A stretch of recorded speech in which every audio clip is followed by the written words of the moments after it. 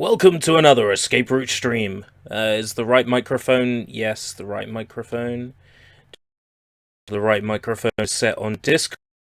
Today will be an inner circle voice lobby stream. Voice and video. US. No. Set it to Connexon. Okay. There we go. So it's the correct microphone for Discord and the correct microphone for XSplit. That's all good. I'm now in the inner circle. It looks like Sushi was already here. I am. Can you hear me? I can hear you. Can the rest of the world hear you? I think they can hear you. And I'm just gonna... Probably not, but never mind. It might be a case of they just choose not to hear you. Let me see what I've got my Chrome volume up to. Chrome volume is up to max. Okay, so that's the best I can do. Switch over to game mode. Draven, welcome. Sushi, who's here with me, welcome. Welcome, Draven. I guess without further ado, let's jump right into Pac-Man arrangement. Oh yes! I've wanted to stream this for so long. I've wanted to play this for so long. Now you might think, oh, it's just Pac-Man. What can be so great about Pac-Man? Well, what if I told you that this webcam is completely out of sync? Hold on, just 1 second. But also, what if I told you it was Pac-Man with 3D graphics? There was a game called Pac-Man Arrangement released for the arcades. This is not the same Pac-Man arrangement. This is a different one. Right. I hopefully have now fixed the webcam. Yes. It appears to be good. Okay. Welcome, Judo. I have no idea what the volume level is like for the collection. So anybody that can tell me, that would be really helpful.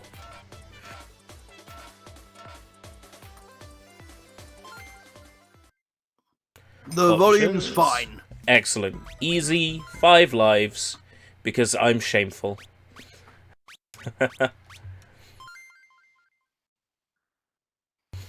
Volume is good. Alright, good.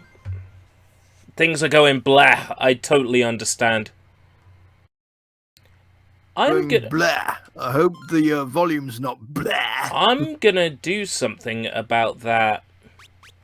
aliasing. Says before there was Sonic, there was Pac-Man, and I wonder what he means by that. Was there some creepy guy in the 80s who had his own like Pac-Man rip-off character? Maybe it was like a cross between Pac-Man or some other character who was also popular in the 90s. Maybe Pac-Noid or something. Pac-Noid. The Pac-Noid. Was the Pac-Man fandom like in a weird state back in the 80s, long before we had the Sonic fandom in a weird state? Yeah, the Pac-Man fandom loves inflation and furry. Oh wait, no, that's the Sonic fandom. Actually, I'm not sure if we had furries in the 80s. If you're interested in learning all about that, there is actually a YouTube documentary that explains what the furry culture was like in the 80s. I'm sure you don't really want to know, but I can link it to you if you're curious. There was... I guess that answers my question. There was a furry fandom in the 80s. I guess... yeah, but you said this was going to be 3D Pac-Man. It's not quite 3D Pac-Man. It's 3D Pac-Man. 3D graphics. Yeah, but, it's 3D Pac-Man. It's not the...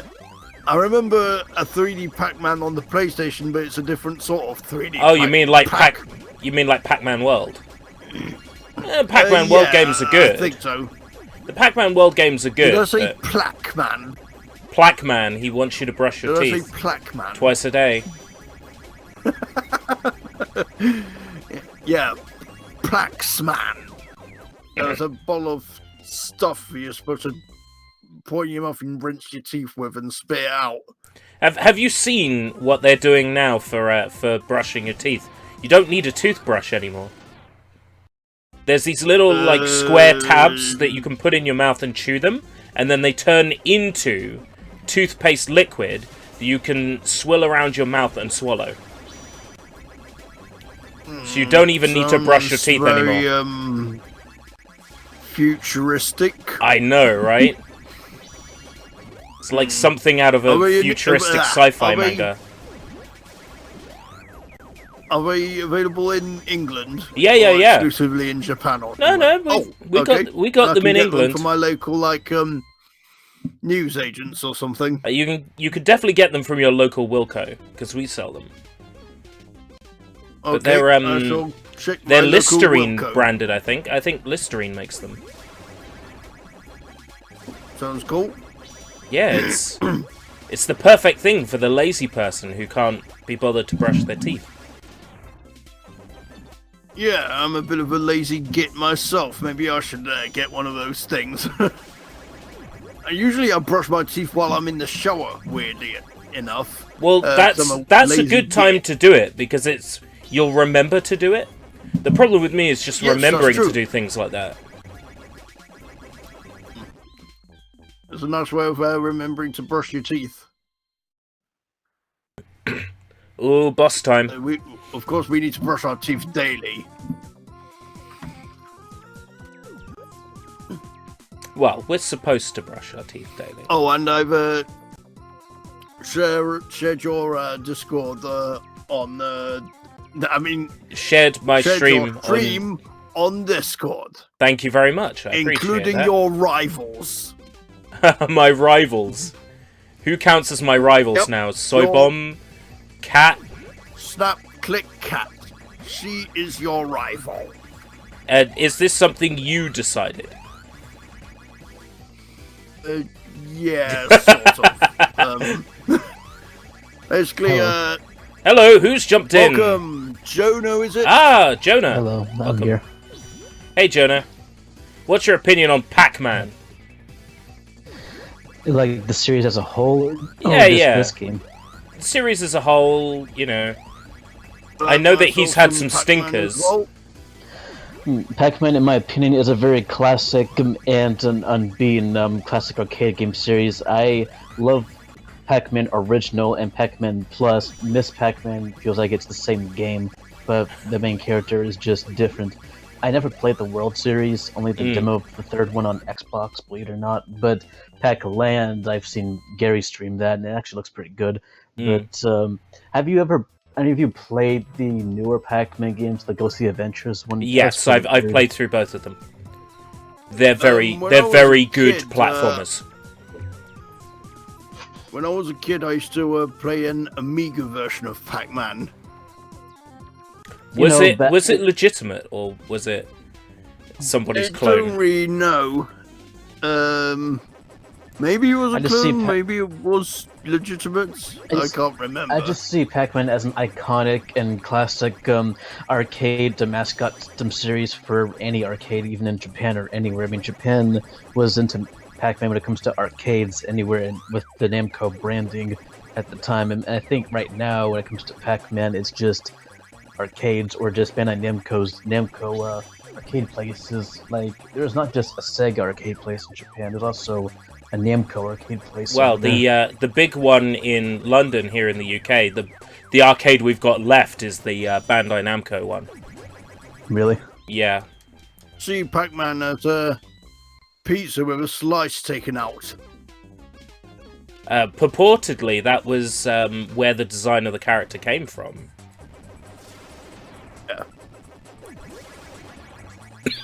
Yeah. God, I'm so rough. I've read about it in CBG magazine years ago. Now I see it as that. Yeah, when I have a pizza, I have to remove a slice and then look at it and be like, "That's Pac-Man." It's Pac-Man. Yeah, I think that way too. That's how I think. Yeah. I see the pizza with the slice removed, and it's like waka waka waka waka. You can't not see it.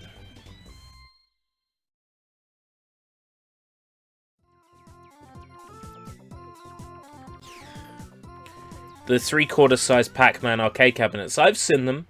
I wouldn't ever buy anything like that. It seems like such a dumb novelty. Did you know this Pac-Man game you're playing right now, is it new? It was new when it came out. I want to say this was 2006. This one. Basically, no, Sushi. This is not new. It's old from like 2006. Yeah, like I want to say it's about 12 years old. This one.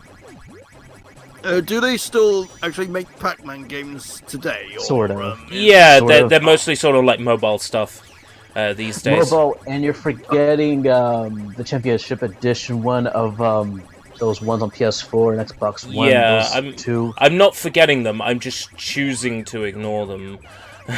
What's wrong with those? They actually look pretty fun. The first one was fun, and then they released DX, which was the first one, but again, and then they released number 2, which was just the same game again, but with more modes. It was sort of like New Super Mario Brothers at that point. It's like New Super Mario Brothers 2, New Super Mario Brothers Wii U, New Super Mario. You know, it's like there's nothing new about it anymore. What do you think of Pac-Man 456? I think it's what it's called. 37. Yeah, that's the one where you outrun like the ghosts, isn't it? Like you outrun like a giant glitch wall. I haven't played it, but it looks fun. And just the idea of them making a game out of the kill screen from Pac-Man is just funny to me. Of all the sources of inspiration to take. Also, classic Pac-Man on mobile is free, and it's classic Pac-Man as you can get. It's free, and you can actually get top high score with an online leaderboard with events and whatever. That sounds pretty neat. Yeah, it is.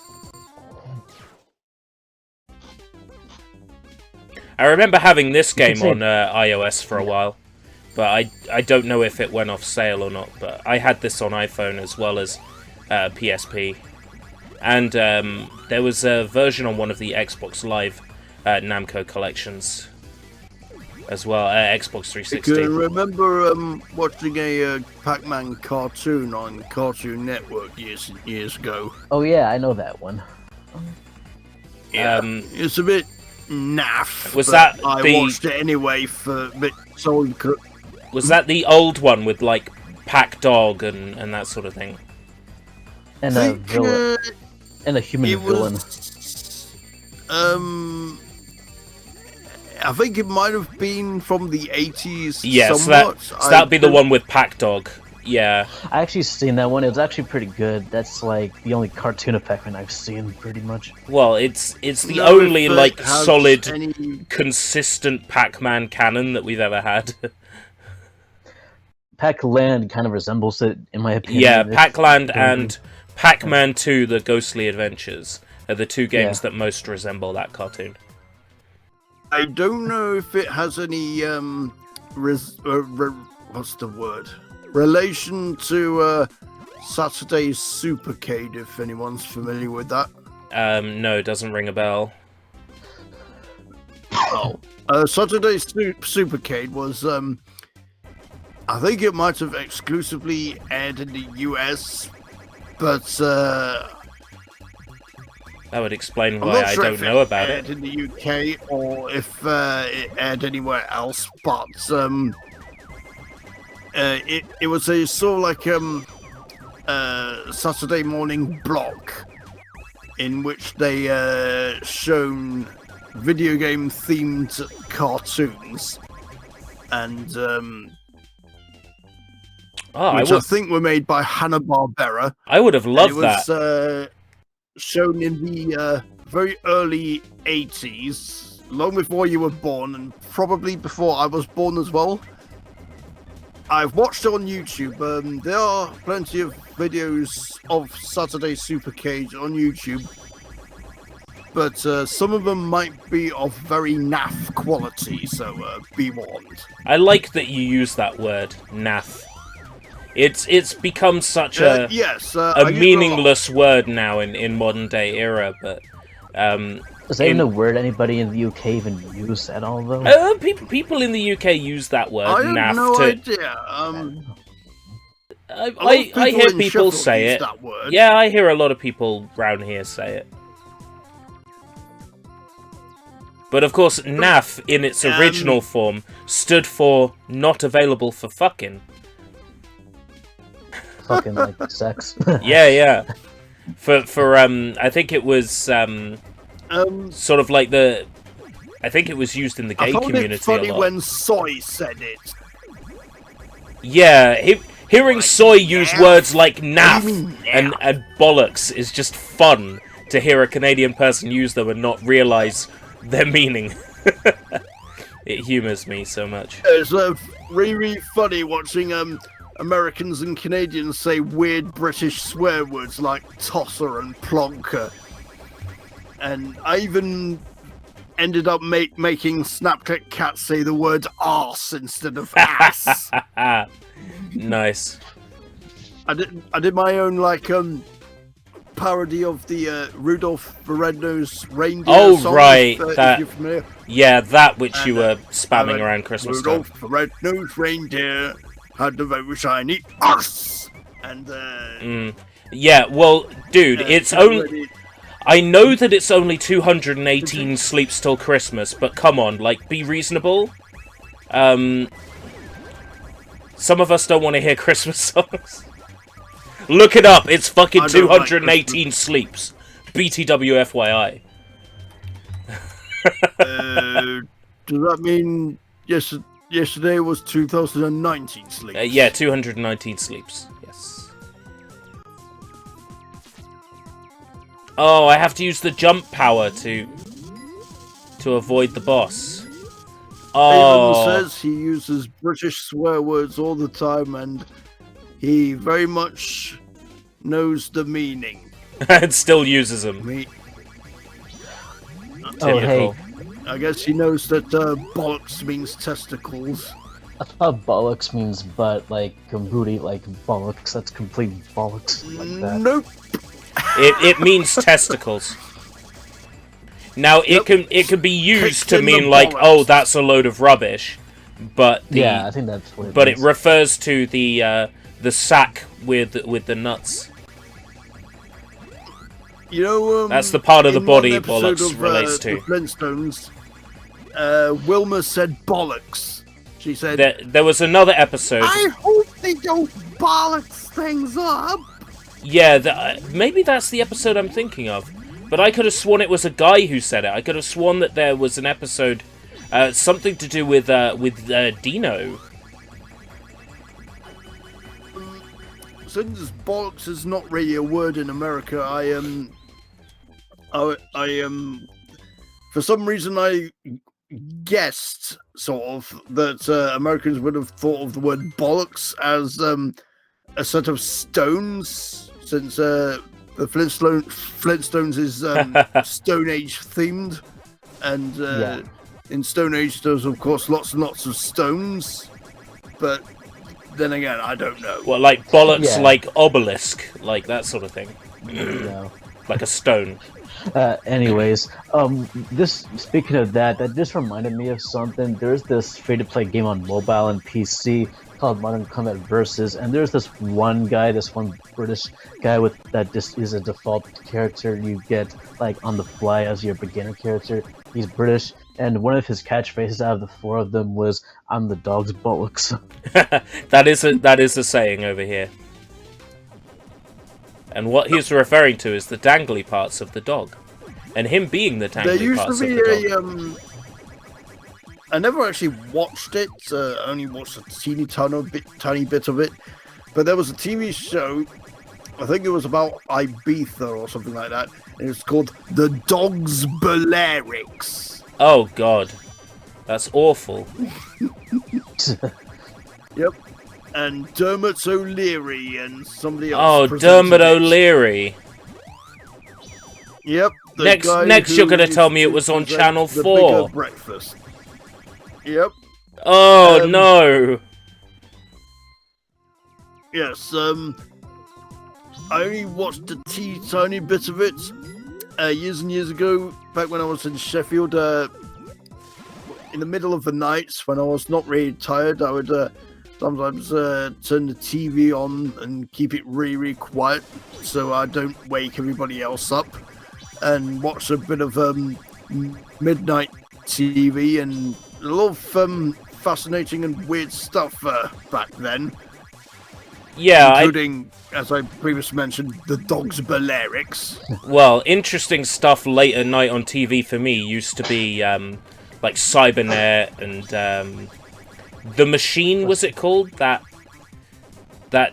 quiz show with a robot, Anne Robinson. I think it was called The Machine or something along those lines. And there was also a show, Anne Robinson. Yeah, essentially, Sounds like filling in the role of Anne Robinson on Weakest Link. And there was also a avant-garde comedy show called Dare to Believe, which also aired either before or after Cybernet. I think it was after. And that was weird. As a young teen, watching that show at like 3 in the morning and getting incredibly confused. They even used to put reruns of yesterday's CD UK episode in the middle of the night. I remember CD UK. That was a show. Yes. Anson Deck and Kat Deely. Yeah, Kat Deely do that show. Yes. Oh, Kat Deely was something, wasn't she? Wow. Yeah, even I had a crush on her as well. I think everyone did. Yeah, I think she might have been the Michaela Strachan of her time, if you probably don't know who she is. Wasn't that like the guitarist in Guns N' Roses?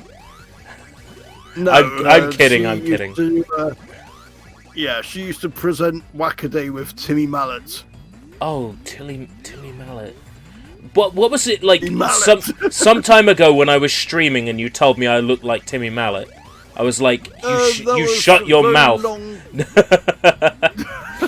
You shut your mouth, Sushi. I think that was back in 2017.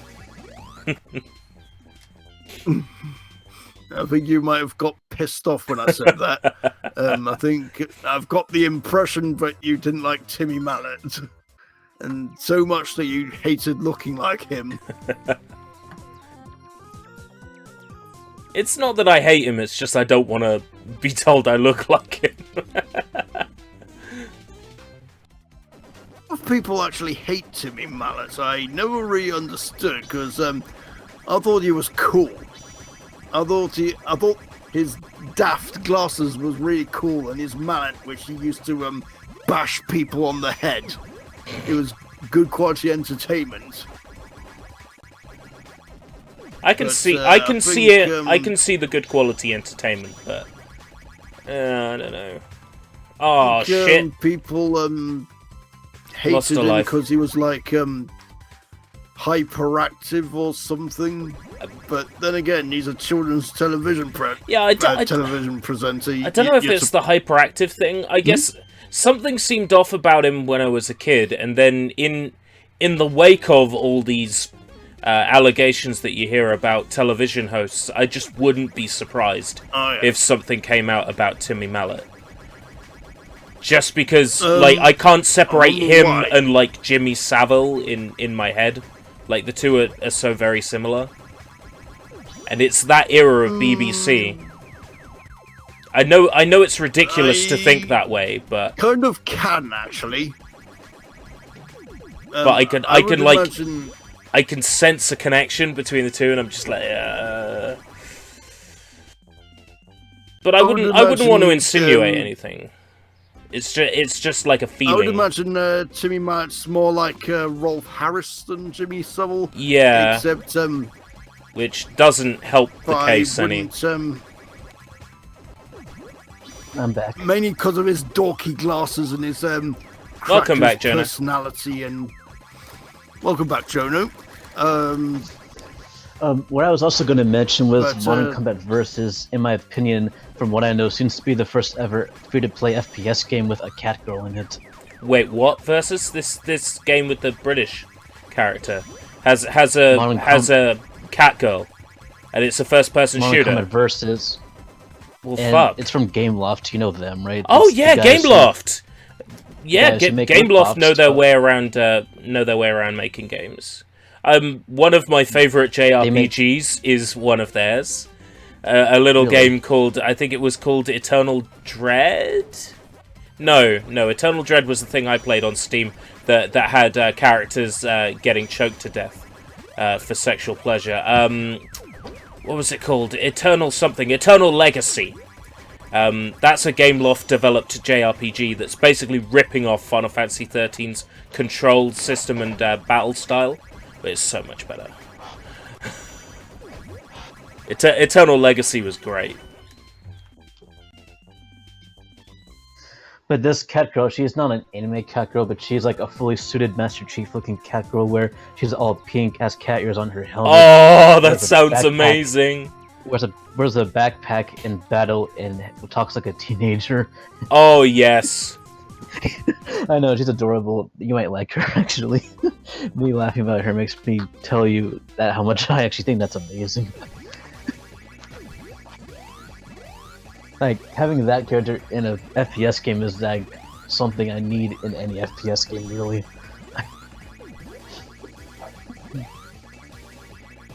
Donia says, now it's just live poker phone in on late TVs. Yeah, Acid, late night TV in the UK is boring now. It used to be awesome with cybernets and all the other stuff we've previously mentioned. Now it's just these boring ass poker programs. Like, who the bloody hell stays up late to watch these? Well, British television in general is tripe. It doesn't matter if it's midnight or in the mornings with bloody Good Morning Britain or This Morning and these stupid karaoke crap programs that we have on Saturday night. The only good thing that's come out of British television now is that Jeremy Kyle got axed. Although are we bringing up Jeremy Kyle again? Because I mean, we can, but I feel like it's been talked about to death. It's not good that the person committed suicide, the Jeremy Kyle guest, but even though it's not being cancelled for a reason why I would rather it be cancelled, I'm just glad it just got cancelled because it's a shite program. Well, a shite program like Good Morning. A shite program that over 1 million people tuned in to watch every day. I'm just saying. Because they don't have a life. Well, that's... Yeah, but that's that many people who don't have a life. Do you guys want to know what late night... It is true. Yes, I want to know what late night TV is like near you. Do you guys want to know what late night TV was for us Americans? Yeah, go ahead. In the 90s? In the... Well, early 2000s, well, in the 90s, I wasn't even 10 or even a teenager. I was like 7 since I was born in 1993, which would make me like 7 or 8, so I wouldn't remember most of that. But I saw 2 shows back then in the 90s that was late night. I still was a wee baby back then, but I digress. What we had back then in the late nights back then in the early 2000s or so was 3 channels that aired anime late night and 1 channel that aired a lot of adult-oriented content plus some anime and other stuff that would be considered that, plus Banzai. Banzai actually aired in the US. Nice. Yeah, it did. But here's the thing, Banzai did air in the US, but only late night for odd reasons. Banzai in the UK aired something like 10 o'clock, which is late-ish. And I'm not too surprised. I think it's very awesome that they actually used to air anime late nights on American television. But then again, American television is usually brilliant. I mean, people complain about Bill O'Reilly being a complete dick, and yes, Bill O'Reilly is a dick, but then you also have all this anime that's being aired at late night TV, and even James Rolfe talks about these low budget horror movies that aired on late night TV as well.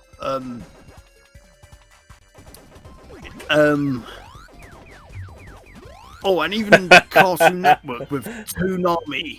They used to the American version, that is. Yeah. Used to Draven says here we have something called Bleu Nuit. I hope I pronounced that correctly, which was essentially just softcore porn played from midnight to 3 a.m. Oh man, what's with all this great TV? French Canadian program. If you buy like the UK versions of adult anime on DVD, they're always so fucking censored. Off topic, I know, but stick with me. I bought 2 recently out of curiosity because I knew that they were very heavily censored, and I wanted to see how heavily censored, and they are heavily censored. Absolutely. So they're just animated. Yeah. They cut out basically all the good scenes and didn't show anything gratuitous. And it's like when I said, go ahead. Completely pointless to buy them. Absolutely. Continue, Jono. Well, when I said we had 3 channels here in America late night back then that aired anime, one of them was Adult Swim here in America that aired anime only on Saturdays. Adult Swim would air anime, a lot of it on Saturdays, mostly the adult-oriented ones, even ones like Bleach and Fullmetal Alchemist, and even S-Cry and whatever. And I don't know if I'd have classed Bleach as an adult anime. The Cartoon Network didn't really think so. Teens for Bleach. Yeah. Inuyasha would always air on Adult Swim and never got canned off the air on Adult Swim every Saturday, though. Like, Inuyasha was just the fan favorite here when it comes to that show on Adult Swim, actually. I need to give Inuyasha a try. DVD. I've got season 1 of Inuyasha on Ooh, I'm jealous. I've never got round to watching it, but for some reason, only season 1 got released in the UK of Inuyasha, and there are other seasons, but none of them seem to have been released here in the UK. I really don't know why. There's probably a Blu-ray somewhere. Draven says he had Inuyasha every Friday at 7:30 p.m. on YTV. Good times. YTV, he's from Canada. Yep, YTV. Draven's a filthy Canuck. Power Rangers. And it's Canadian. I thought you meant, unless you did mix. I said Canuck, the music video of that, which is an offensive term for Canadians. By B44. Right. It's like calling an American a Yank. I had no idea that a Canuck was a derogatory term for Canadians.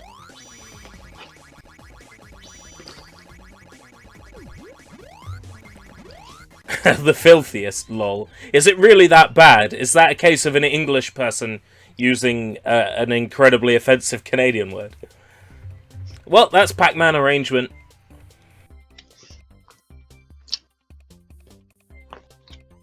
Everyone forgets that Weird Student Indie Film Channel used to play anime. I've never heard of that Weird Student Indie Film Channel. What's the name of that channel, Acid? I used to wake up really, really early to watch VR Troopers reruns on Fox Kids UK, but Atomic Portal, thanks for subscribing. Where's the mask? Thank you for subscribing. Where is the creepy mask? I'd say it all together now, this time, actually. I don't see the mask on the desk. Where's the mask then? Yeah, Also- I used to watch Excel Saga on the Sci-Fi channel back in the early 2000s, and that's about 4 till 5 in the morning. The Sci-Fi Channel in the UK or America? In the UK. Because Exo Saga actually aired here in America on TV, but I can't remember if it was Tech TV or Sci-Fi. I actually liked Excel Saga. It was very, very bonkers. More bonkers. It motivated me to get the DVD. I've only got volume 1 of the DVD. I'm thinking about getting. There's a American Imports box set DVD that contains the complete series, and maybe if I rewatch my Excel Saga DVD, or maybe even watch some clips on YouTube, and decide that I like it, I'll probably go grab the American box sets.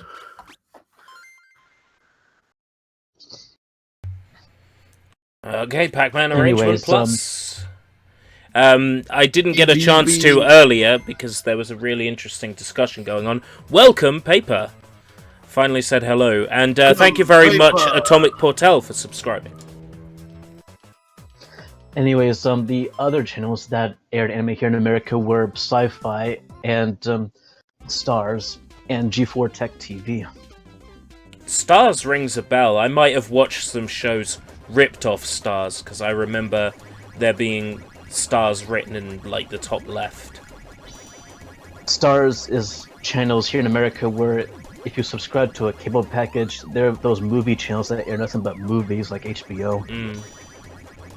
Stars only aired like 3 animes on their weekly schedule. One of them was Vandred, an absolute classic favorite of mine. Vandred. Dude, if you haven't heard of it, you need to watch it right now. It's an absolute classic favorite. Vandred Operation.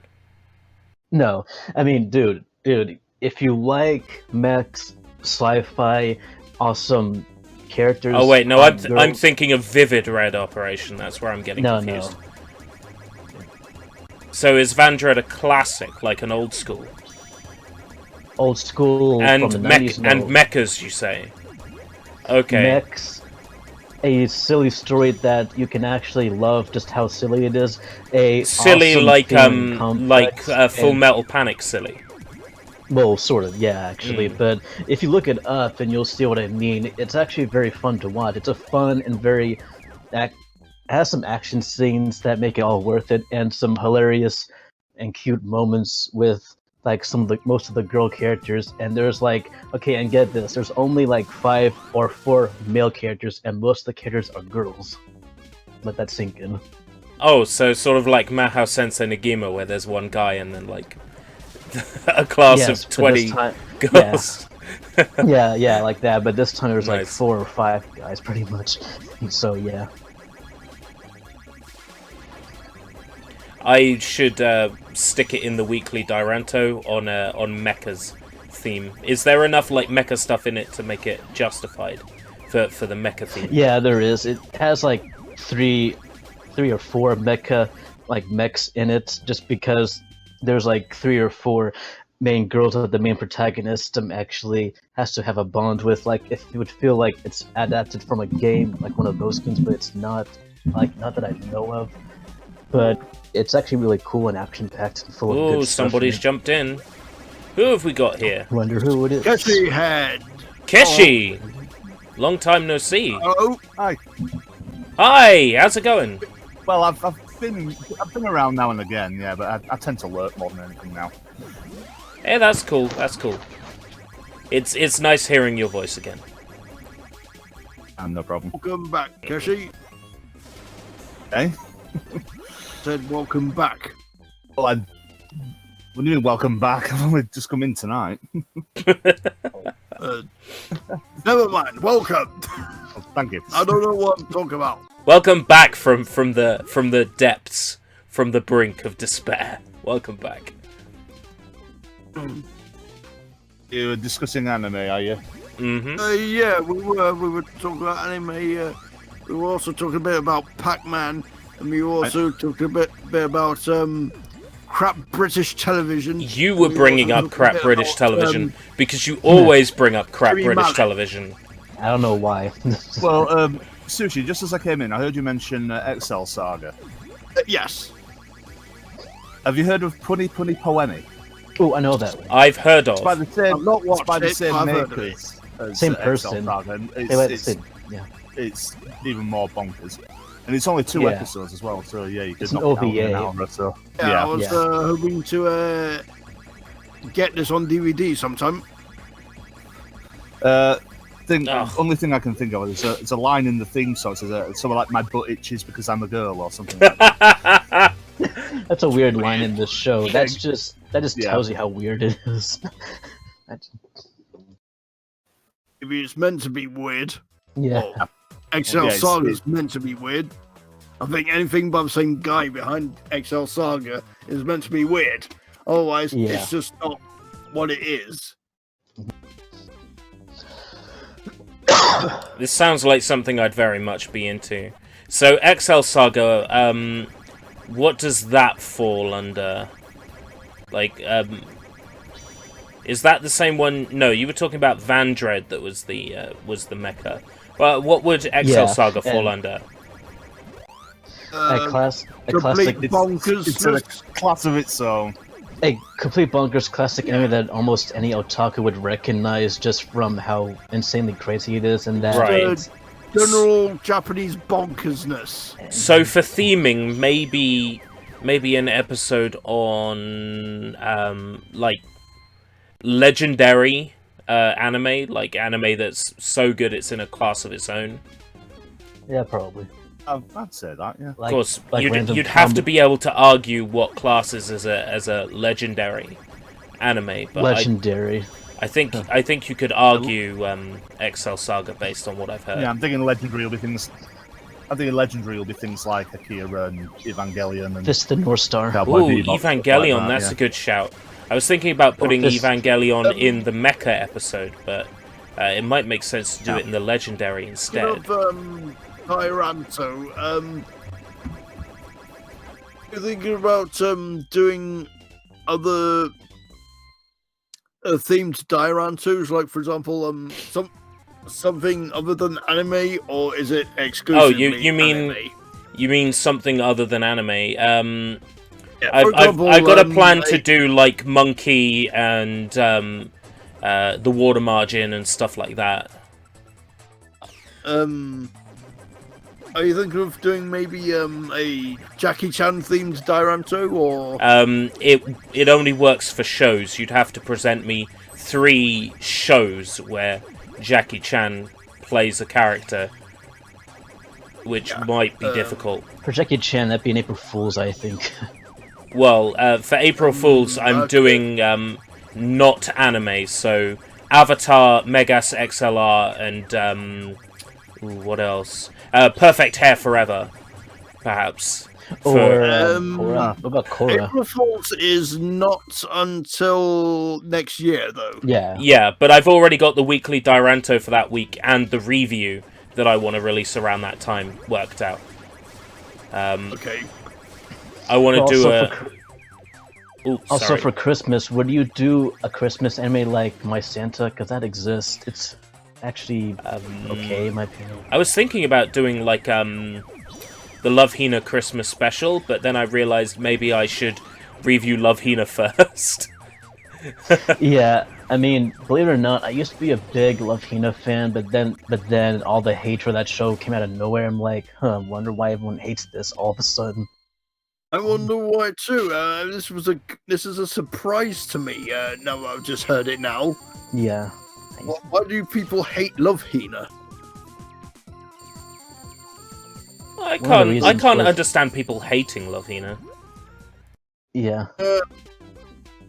Disliking it, I can certainly I mean, see, but hating Especially it. when they live in a country where Love Hina is not even. Well, I'm not really sure how anime is in terms of mainstream in America, but here in the UK, especially Wales, anime is not mainstream. Well, I don't think it's mainstream because turn on the TV. What are the chances of you ever watching, say, Excel Saga on Channel 4 or what are the chances of watching something old? Not very high, but if we're talking about, say, putting on Film 4, there's a good chance you'll stumble on a Ghibli. So yeah. So what are the chances of say watching My Hero Academia on Thames Television? 0. Now you're just being 0 ridiculous. The majority of anime fans wouldn't watch anime on TV. They're the kind of people that cut the cord. You can actually watch My Hero Academia here on TV on Cartoon Network on Toonami. Well, that's just why American television's better than British television. Yeah. ZZ Swifty 360, welcome. Also, Cowboy Bebop still airs here on American TV. Still does. Oh, cool. Yeah, it does. I've got that on Blu-ray. I want to get it on Blu-ray. I missed the chance in CES. I looked at it and I'm like, I'm gonna get that Payday. And then Payday, I went in and they're like, oh, we sold that an hour ago. I'm like, fuck!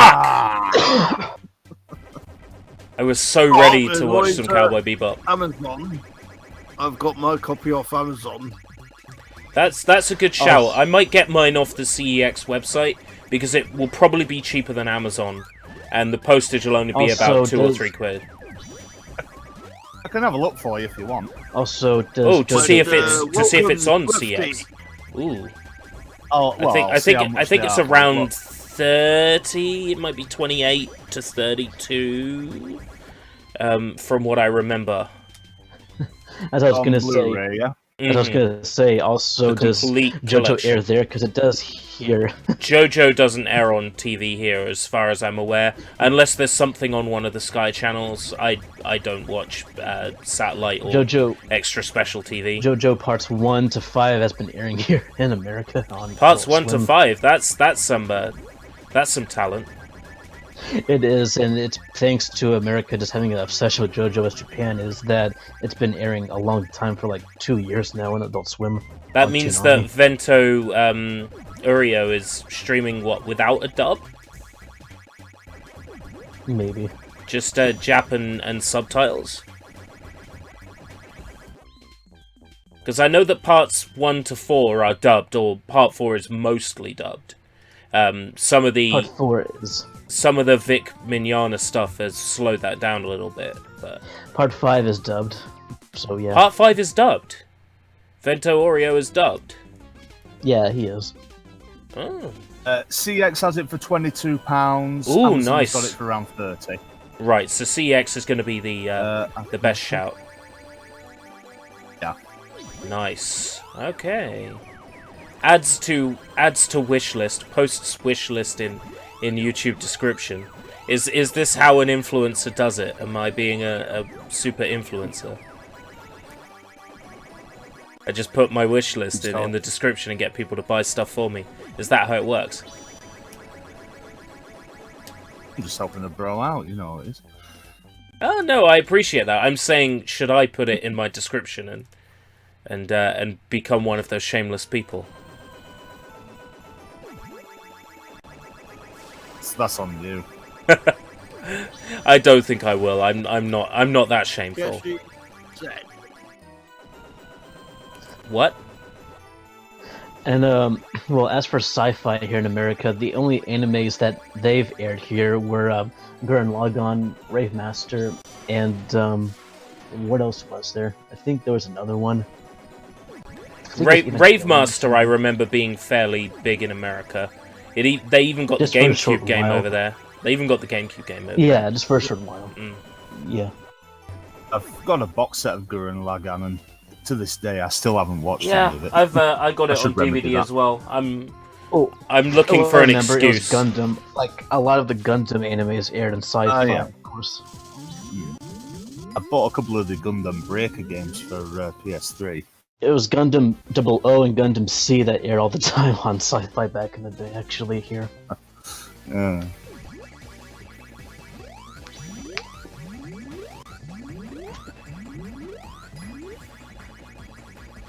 Wait, does Herb know how hated Gundam Seed is compared to the others?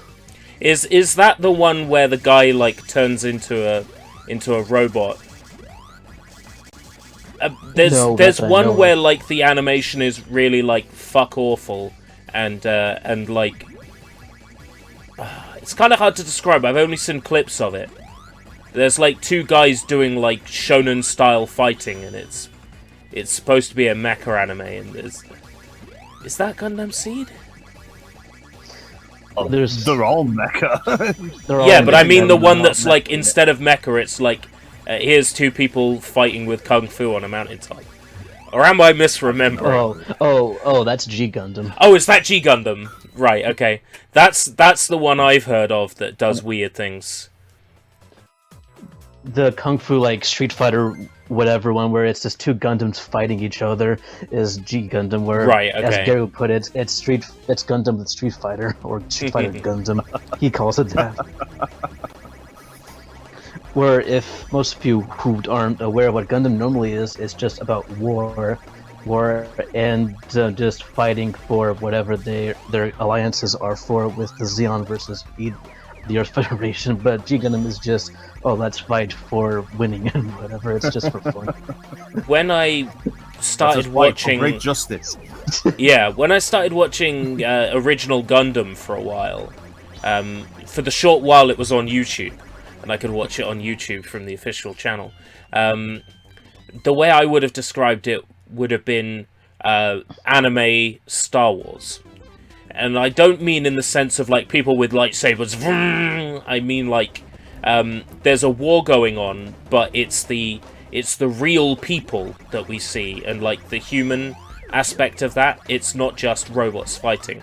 If you ask someone who doesn't know what Gundam is, they'll just say it's robots fighting. But there's more to it than that. There's a whole lot of like human relationships and what is war and what it means to fight for what you believe in, and the villains will always have like a plan or a scheme, and you're like, if I see it from your point of view, I can see why you think you're right. And you wouldn't get that in just a general people fighting show. Yeah, and it's also one of those animes that have villains that are likable and... Oh, of course! Well. Shah Aznable, come on! Shah Aznable! Yep. Who doesn't like Shah? Well, I just think that that one female character from the original Gundam who was on the Xeon side was like the best. Unless that's the one you're talking about. I can't recall. Was that Sailor? Because I remember there. Oh, it is Sailor. Because I remember there being a thing like Sailor's a good guy, and then like spoilers. Oh wait, no, she's the sister of Shah Aznable. Whoops. But I didn't actually watch any further than that, so I don't know if she actually turned out to be a villain, or if it was like a double agent thing, or what. Oh, did you know there was a live-action Gundam film? Oh no. No, don't tell me that. It was made in 2000. Oh, don't worry. It was made in 2005. Every Gundam fan ever hates it and calls it a sinful act, and it was awful. Nobody liked it. A sinful act! You know, that's every JoJo fan, and Diamond is Unbreakable as well. I guess that's what happens when they make a live-action version movie of something that's originally animated. Like, for example, the Flintstones movie wasn't very well received. This also was an anime? No. I think there was. If was animated. If we're getting had a live action movie based on it. If we're getting particular, I think there was a Flintstones anime. From what I remember, there was something with like Bam Bam and Pebbles like going to college, and I think that was or high school or something. I swear that was an anime. I swear that was Japan animated. I swear. It rings a fucking bell.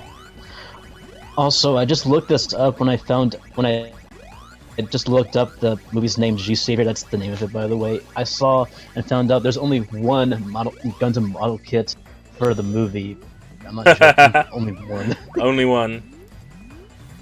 Oh, this fucking Rodorolada! Did it what? Did it not sell? Did the model kit sell? Well, I don't know, since Gundam is a big deal in Japan, and I'm not making this up either. There was a PS2 game based on G-Savior, and I heard that was actually good, despite the film being horrible. Japan only, yeah? I'll look it up. Yeah. We'll play it on a Japan stream only. at some point.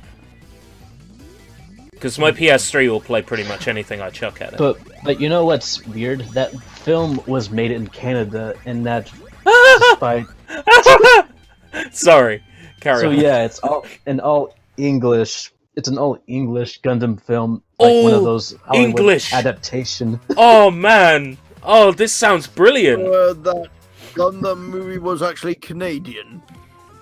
G-Savior. So I would say it's an all English, one of those horrible adaptations that are meant to be probably so bad it's good, like that movie who we should not bring up, based on that one anime that we all like, kind of like that, but you know, but maybe you guys should look up clips of this to see how horrible it is. But yeah, The one anime we all like. Dragon Ball. Oh right, Dragon Ball Evolution. Well, Yeah. the movie sucked, but the movie video game was incredibly legit. I haven't played the game. It was that game was It was the Budokai engine. It was just You a game two, made take in the Budokai piss engine. out of, that video game. Oh, it was so good, wasn't it? When we streamed that, it was so much fun. We're doing Master Roshi's voice. Yeah.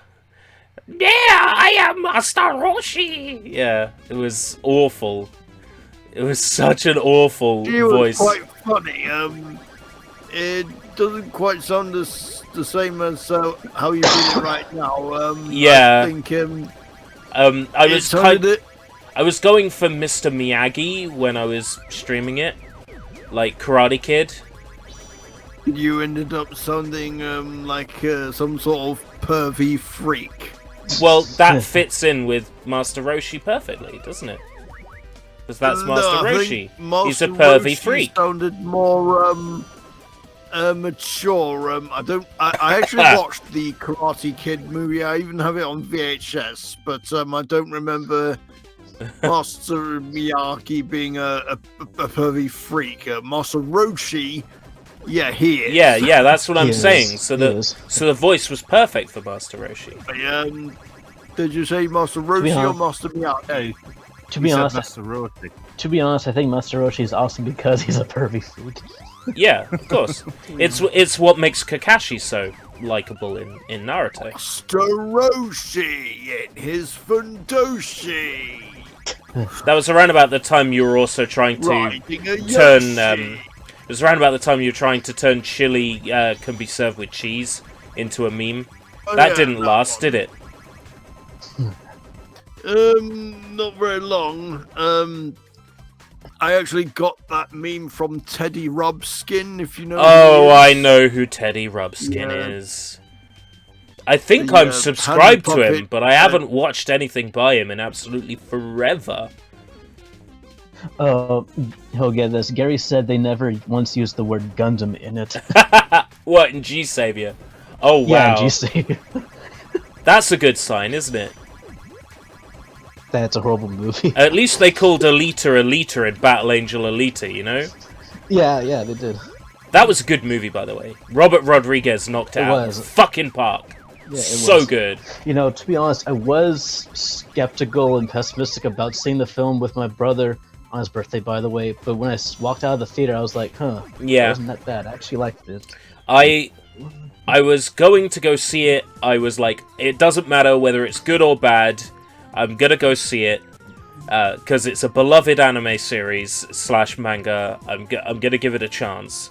And then I never knew about the manga or the anime portion of Alita before I saw it, like at all. I knew of its existence. Of all reasons, this is gonna sound fucking sad, but whatever, we're all friends here. Because I believe Zone did some lewd art of Alita back in the day, which was how I came to know about Battle Angel Alita. Good old Zone time. Yeah, I love Zone time. yeah, like really old Zone. She is. So it was like I love Zone. I know this anime because of this artist, of all the reasons.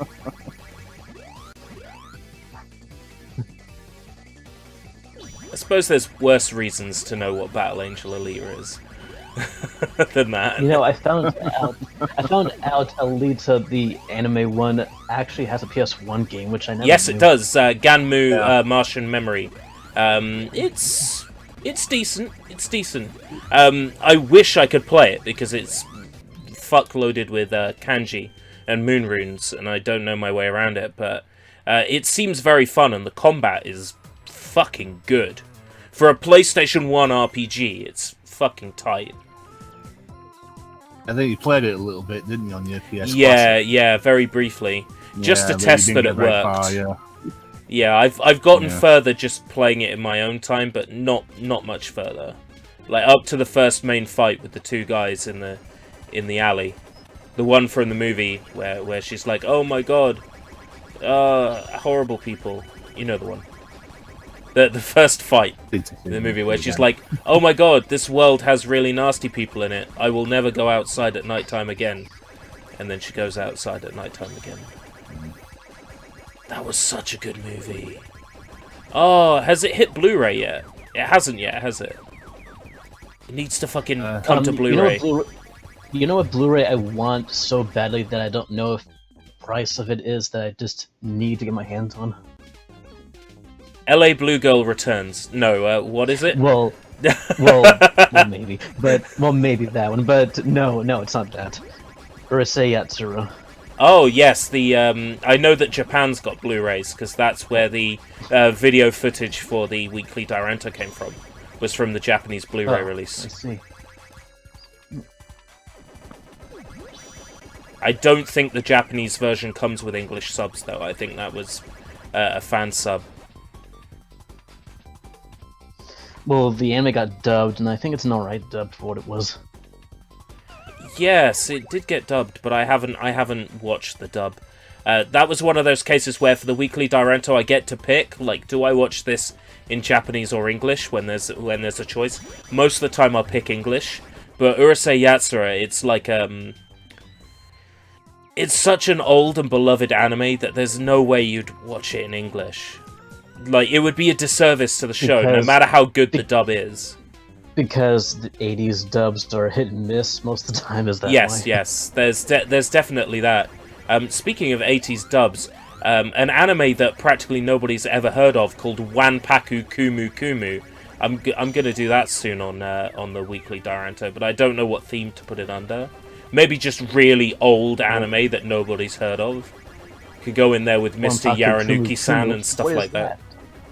Wanpaku Kumu Kumu is about like a little boy. I think it's set in like Africa, or no, it's sort of prehistory. I think it's like a little boy who lives with the rest of his family. I was actually proving a point that nobody's heard of it by saying the name and then yes. What is that? Well, allow me to tell you. I found a wiki link about it. Yeah, it's the whole. It's also just known as Kum Kum. Yeah. But I didn't want to say cum because you might think I'm talking about a hentai. Of that anime, I actually watched the German dub of it. Oh, so you watched the German dub? Back when I was living in Germany, they actually had a lot of anime back at the time. That's a fairly old show. It was from the 70s. Mid-70s, yeah. Mm. Mm-hmm. All the episodes are available in English in VHS bootleg quality on the Internet Archive, which is where I'll be watching it. Cum Cum or any other? Cum Cum. Can you? It was. Okay. Yeah, well, it says on the Wikipedia page its full title is Wanpaku Omukashi Kumu Kumu. Right. And the name was changed to Cum Cum after the 6th episode. And there were 26 episodes in the series. Oh, so a nice meaty one to get into now that I've finished Space Adventure Cobra. Who am I kidding? I'm doing Urusei Yatsura first. I don't want to spoil anything for the upcoming weekly Diranto, which I still haven't finished scripting because I'm lazy. Question. Yes, go ahead. Where does that word Diranto come from? Diranto is Japanese for Great Battle. It's the name of the Smash Brothers series in Japan. Yeah, it is. Yeah, I just didn't know what it meant. It means Great Battle.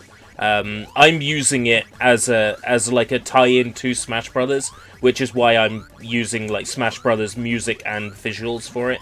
It's evocative of like fights and battles, so it fits that kind of show well. I watched your first one about them X-Men. Oh, the Marvel, yeah. So you haven't seen any of the others yet? Pretty good, actually, yeah. Not yet, no, I'll get that. You've got a couple of weeks worth to watch, including Theme Aliens and Theme... what was the other one? I should remember. Aliens and... Mech. No, the one that's already been was... It was an animation studio. Bones Animation Studio. So shows by Bones. Okay. The people who animated They animated Full Metal Alchemist, Soul Eater, Wolf's Rain. You said who remembers Wolf's Rain? I'm like, yeah, I do. I never seen it before. But yeah, I make jokes at Wolf's Rain's expense. Not because I don't like Wolf's Rain, because I do. It's just I think it went over my head as a teenager when I first tried to watch it. Dude, when I was like 15 years old and on the anime community on the internet, Wolf's Rain was like everywhere. People were talking about it just non-stop. Same with Naruto and Bleach. It was like one of those shows people would say is underrated. I was surprised that many, as many people as Naruto and Bleach. Like that kind of popularity. Yeah. You can get the entire Wolf's Rain, including the OVA episodes, on Blu-ray now. It's, you can get the whole thing together. It's something like 30 quid. It's not too bad. I'm tempted. I've got a pickup that I've got from CES. I don't know if any of you have heard of it. August 2. No, I haven't, but that sounds interesting. It's it was made in the mid-90s. It's like a sequel to a series that was done earlier. Oh, you missed some shows actually, Herb. I missed some shows, did I? Yes, I'd like to list. And spices. I'd like to list some right now, if you don't mind, unless someone has to finish what they were saying. Go ahead if you're done. Well, I'm just saying, I just picked up this box set, like I said, of August 2, 6 episodes. Got it for £3, so I'll give that a watch sometime. August 2.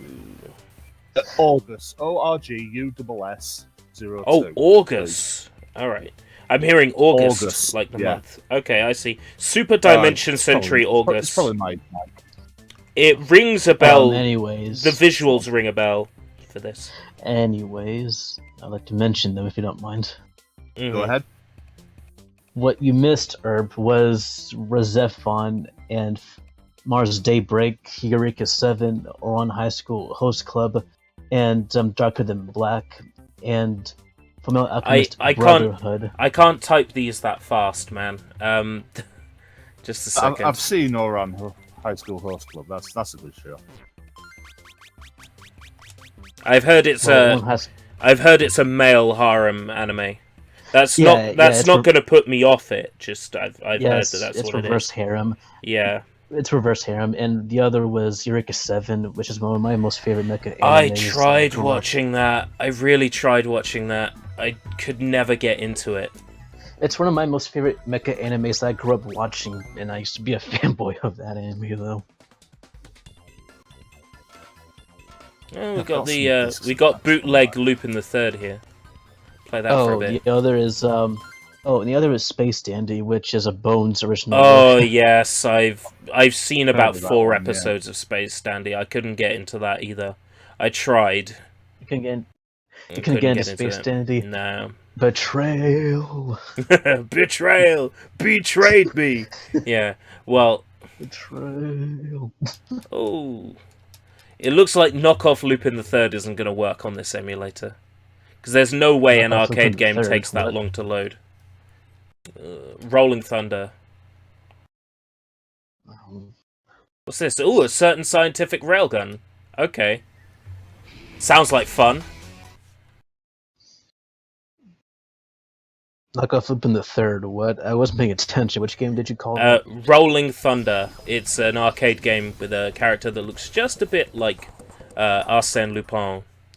Also, did I just see a fucking scientific railgun game, or was it Magical Index? I get them confused sometimes. My bad. I'm not sure which one it is, but we're playing it. This is a fan translation that came out recently, so I'm hot on its tails.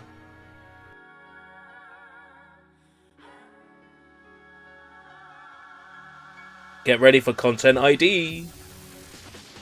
A certain magical index of prohibited books. I wish I could hear the song, but I can't. Dude, if it's the opening intro to a certain scientific railgun, the first opening, then you need to blast it. I don't care. I love that song. It's like my drug. I love it. Okay? Whatever this is, it looks dope as fuck. I'm glad to finally give it a chance. Cough, Gundam is better than Eureka 7. Cough, I agree, Paper.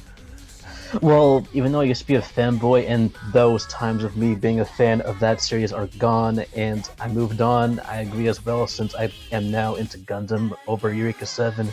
I mean, people grow up, I changed and whatever, so I agree. Oh, this is good, this anime. Okay, I'll add it to the list. Well, I agree. You have to actually watch this anime. This anime is just fire, as much as certain scientific railgun is. That's like a spin-off, I think, or something. Right, so that's a spin-off, and then you've got, like, a virtual on video game that is a spin-off of Scientific Railgun, which is the spin-off of Magical Books. Okay. No, you see, the new virtual on game is basically, it's a new virtual on game, but it has magical index characters in it, and it has to, Sega thought it'd be an amazing idea to make it based into the magical index universe as a virtual on game, which I think is a great idea. I'm so down for that. Yeah. Right, this is one of those games where auto is going to look better.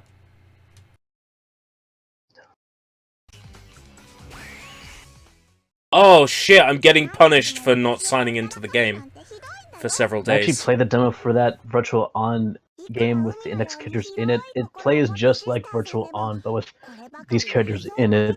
It's actually just some good old classic virtual on. It's pretty good, actually.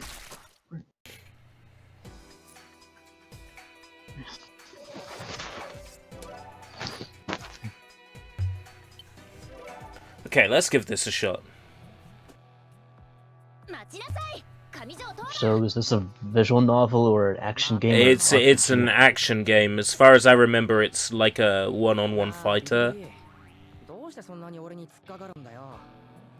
You know, you might not know this, but there's actually a mobile game that's full-on story, kind of like this one, but it's China only. Ah. It's published by NetEase, the same NetEase that did Onmyoji. Oh, NetEase. The people working on Diablo Immortal. Yeah. I was like, I was gonna say, yeah. Don't you guys have phones? Oh, I have a phone, but I don't think it can run the game.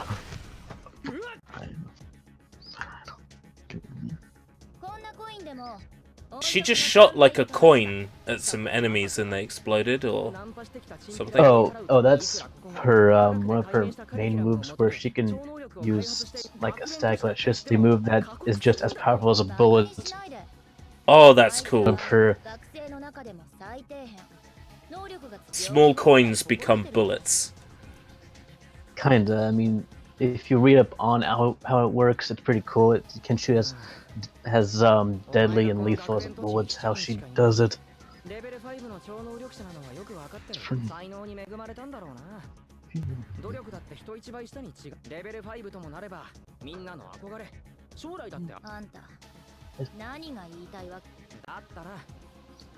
And then there's Grand Blue Fantasy, which has sucked people's lives away. What do you mean, Paper? Oh, I know what he means. I played the game like all the time. Played as in past tense. Right now, I'm on and off of Grand Blue Fantasy. I know exactly what he means, unless you want me to talk about the game. Go ahead. If It's a mobile game with stories, and a story mode and actual characters like you're playing an anime or a Square Enix game. Grand Blue Fantasy. Did that get any sort of console or handheld release at all? Yet. It will, actually.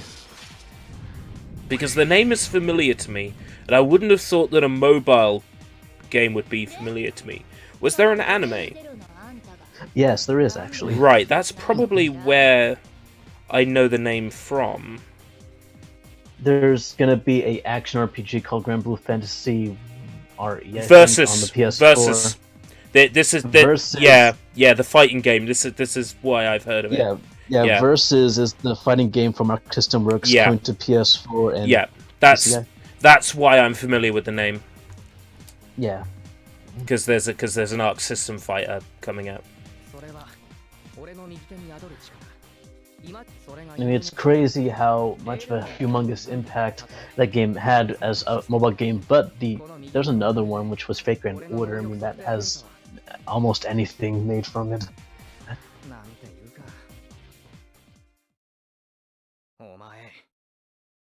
Oh, I was hoping I'd get to have a fight, but no. It's just more cutscenes. Oh, it's a girl, and she's over the banister of his high-rise apartment. Oh, this happens in the anime, actually. A little girl? That attire? Is she a nun? She's a foreigner, isn't she? Oh. This isn't much of a spoiler, but this happens in the beginning of the anime, so yeah. Aw, she's cute. Yeah, she is.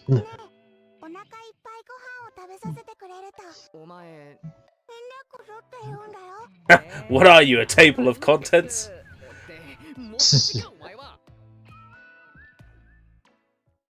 Index, it's because her name is Index. Oh, she's even cuter when she's not got her eyes shut. She's not laying her stomach on a fence or whatever that is.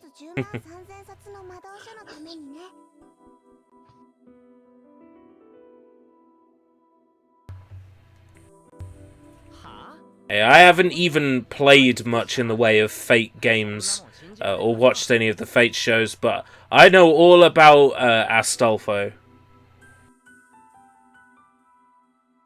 There was a certain plushie going around that would treat you very nicely and call you words. All you need to know about Fate, Herb, is that Saber is love and Saber is life.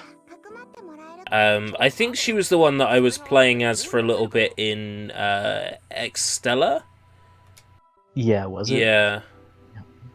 I don't know. I usually like Muso likes, but Extella didn't gel with me. I'll give it another chance at some point. Give it another shot.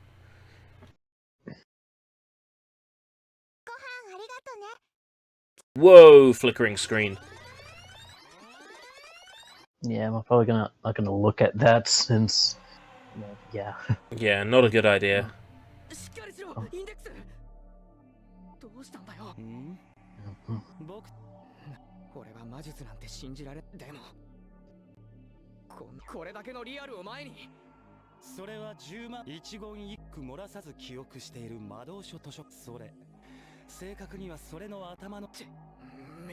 Okay, obvious bad guy with barcode under eyes.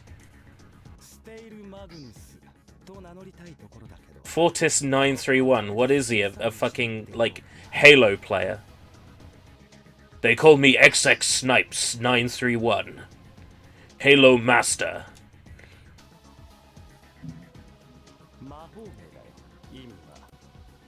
Yeah, that's the one, Paper. The very same plush. I wanted the Pearl plush that drinks all your Coke. Okay, finally some gameplay. Get a chance to give this a go. See what it's like.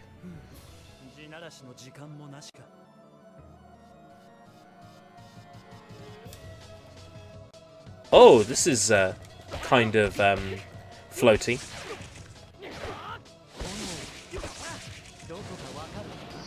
Really, really, really love Astro. I really do, for reasons. Also, don't judge me. No, I can totally understand it. The small clips that I've seen of the anime and the way Astolfo is animated, I could totally understand it. As someone who shamefully admits that he's watched all 3 Boku no Pico films, I could totally understand it. Really. Mm. Also, why isn't Sushi talking? Is he there? I think Sushi's fallen asleep. I'm still around. I've been looking on the Internet Archive for vintage anime since ERB said Kum Kum was on the Internet Archive. Yes. Plenty of stuff on there. And I got carried away. Yeah, Internet Archive's a really cool website. Sorry I got silence. That's okay. It's just nice knowing that there are people here who are interested in hearing what I have to say. That's incredibly humbling. Especially when you talk about vintage anime.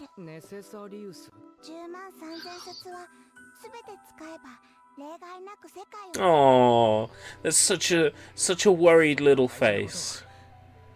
Wait, are you playing a different game? Is this a palate cleanser? This is still Pac-Man arrangement. Oh, it totally is. No, it's not. It's a certain magical index. Pac-Man the anime. Pac-Man the anime sounds good. Instead, we got Pac-Man and the Ghastly Adventures.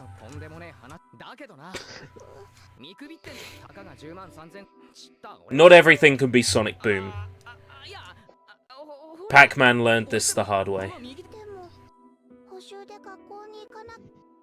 The main villain in Pac-Man and the Ghostly Adventures is called Betrayus. Is he going to betray us? No, that couldn't possibly happen. His name is Betrayus. Fuck that show.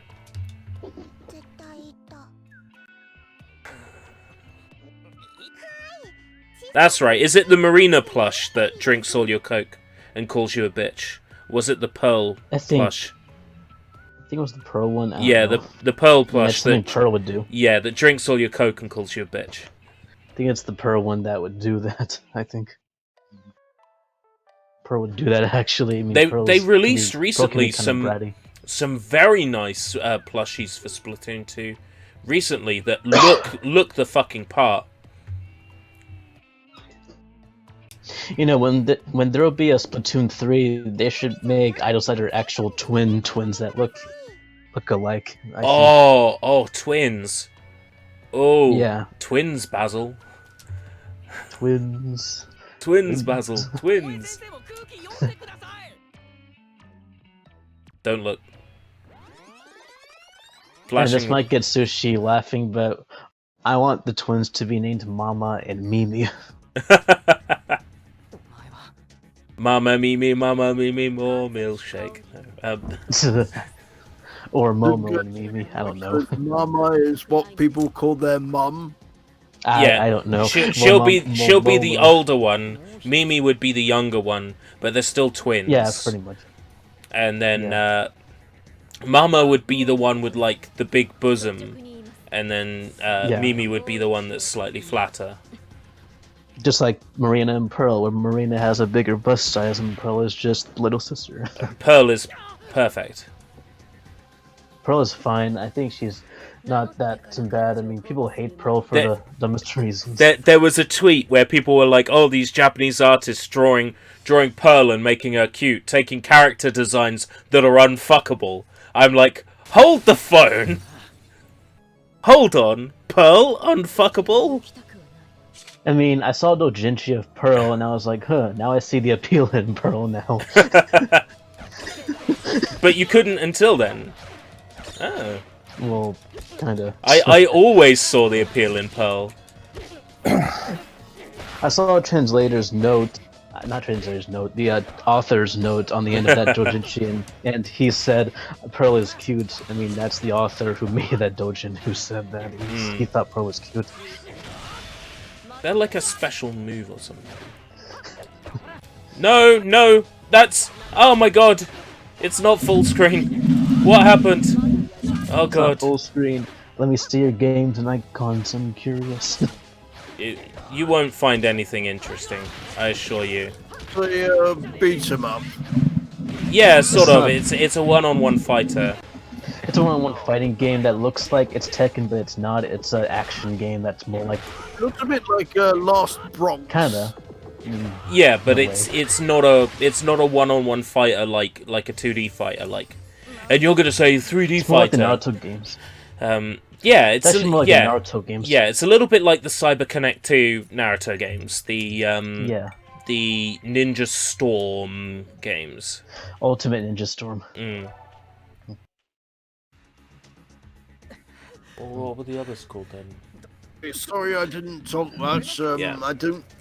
Not only was I distracted by all the well, there wasn't very much, but there was some anime on the Internet Archive. But also, I've been having trouble thinking of something to talk about.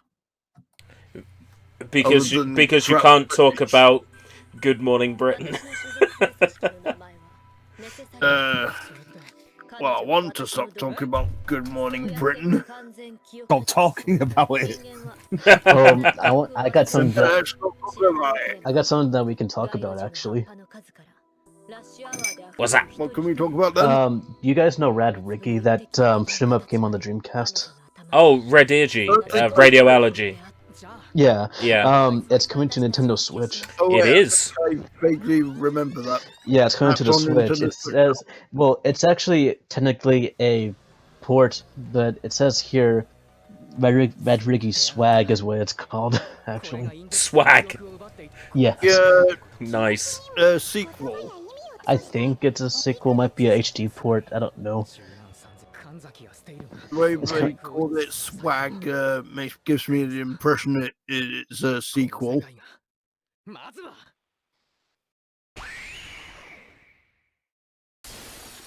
And Then we all died. And I'm looking at the article, I don't see any mention of PS4, just Switch, just like with Ikaruga, unless I'm very wrong. Yeah, Ikaruga, and the all the Psycho stuff only hit the Switch as well, and nowhere else. Yeah.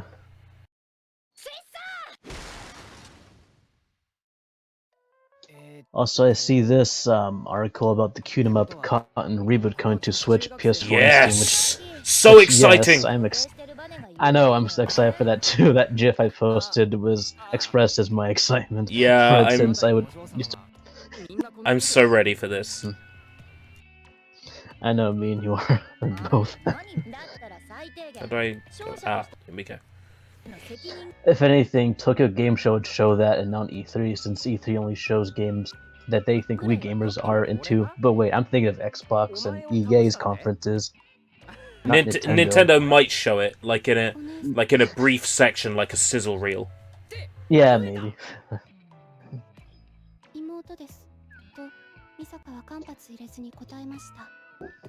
But speaking of E3, I remember EA is not doing conferences at E3 anymore, actually, which is good. Yeah. I mean, I don't care. Do you guys care if EA even does E3 conferences anymore now? No, I'm not too bothered. I don't follow E3. Well, do you Won't follow let me draw on Tokyo this. Game Show Okay. then, Sushi? I don't even follow that either. Dude, Tokyo Game Show has games you would play, and me too. They have either games that are Japan only or games that we would be getting. I mean, really. Well, you know, me and Right. Retro. Anyways. Oh, right. Retro. I could have gone to the Tokyo Game Show last year, but not enough people went on the trip I wanted to go on, so I had to go a month early. Oh, that's right. You had to change the trip, didn't you? But you had the added benefit of it being a I did. cheaper one. Oh, so Herb, I think that's just a mistranslation with that. Yes, it is. I like to point out mistranslations in both fan stuff and real stuff. This is fan-made, but that's no excuse. It can't be as bad as You Are Winner or All Your Bases. Well, there were some really good ones in Dragon Ball Shin Budokai. I'm not too trolled. You are not too trolled, and yeah. what was it?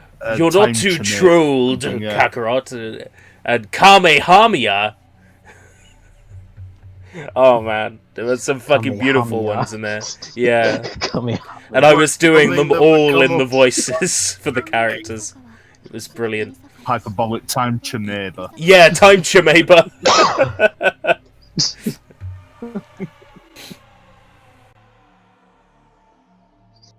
PlayStation VR is enslaving them. I'm just kidding. It's not.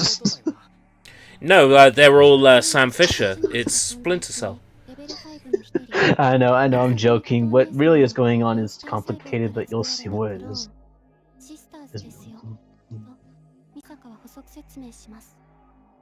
Hopefully I get to beat the shit out of her. Sidonia says VR Troopers. Yes, I remember Troopers. the show. I've even mentioned them earlier this stream.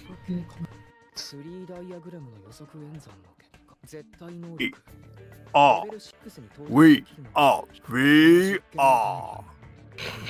I never saw that show ever, but I remember watching JonTron's video on it. JonTron did a oh, that's right, on the VR Troopers game, didn't he? Yeah, he did.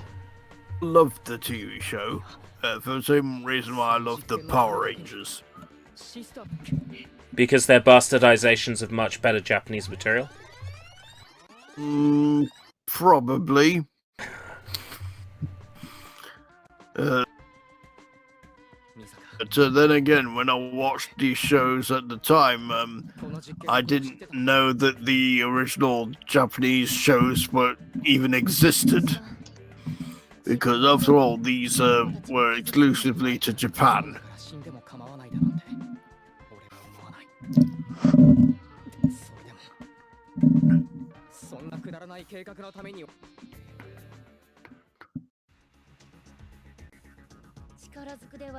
Oh yes, I do get to beat the shit out of her.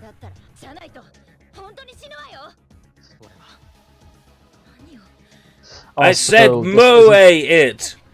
The game will catch up. There we go. You were saying, Jono? When you say beat the shit out of her, Herb, are you talking about Makoto? Yeah. This isn't really a spoiler since this is a thing, but she has her own show, and it's a certain scientific railgun. That's her own spin-off show. That's way better, in my opinion, since I think that's way better. Not that I didn't like Index. Index is really good. It has 3 seasons, for crying out loud. What bothers me a little bit about Index is how bland the main character looks. I mean, just because any anime would have a dislikable or unlikable main character wouldn't mean a thing. I mean, Sao has an unlikable, hateful main character, and Sword Art Online. Oh, there's another show I'm gonna have to at some point try for the weekly Diranto, but I don't particularly want to. Oh, sure, you don't have to. Oh, I do, because I will run out of shows eventually. So I will have to at some point in the future. I thought you'd be somebody I know who would actually tolerate Sword Art Online. Guess not. No. The things I've heard about it put me off. Some of the things I've heard are true, some of the things I've heard are not true. But they put me off. Just in general, I find it cringy when it's like a story set in a fictional game, like an MMO. That always like rubs me the wrong way as well. Also, it's isekai, which it doesn't always mean video games. Isekai just means another world, like Mare or Inuyasha, or anything like those are isekai. I mean, believe it or not, isekai started a boom in popularity, all thanks to Sword Art Online. Actually. I'm sure it did. Just not my kind of thing. Sword Art Online, well, I don't really care. I mean, it doesn't matter. But there's a lot of isekai anime that are just amazing. Like when I was reincarnated as a slime, which I heard was amazing, actually. I've heard very good things about that show. It's an anime about a slime. It's on Blu-ray. Would you recommend buying it? Buying what? My Life Reincarnated as a Slime. I recommend it, actually. It's meant to be a comedy isekai where the main character is, as the title says, reincarnated as a slime. Cool. It's actually a comedy, and it even has goblin girls in it. Not Goblin Slayer. Goblins, just, well, goblin girls. Goblin girls. Goblin what?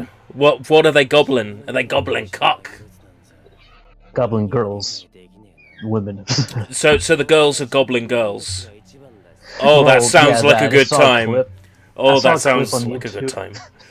I saw a clip on YouTube and it was that, and I was like, "Who? The Goblin Slayer really wouldn't mind slaying these goblins." Yeah.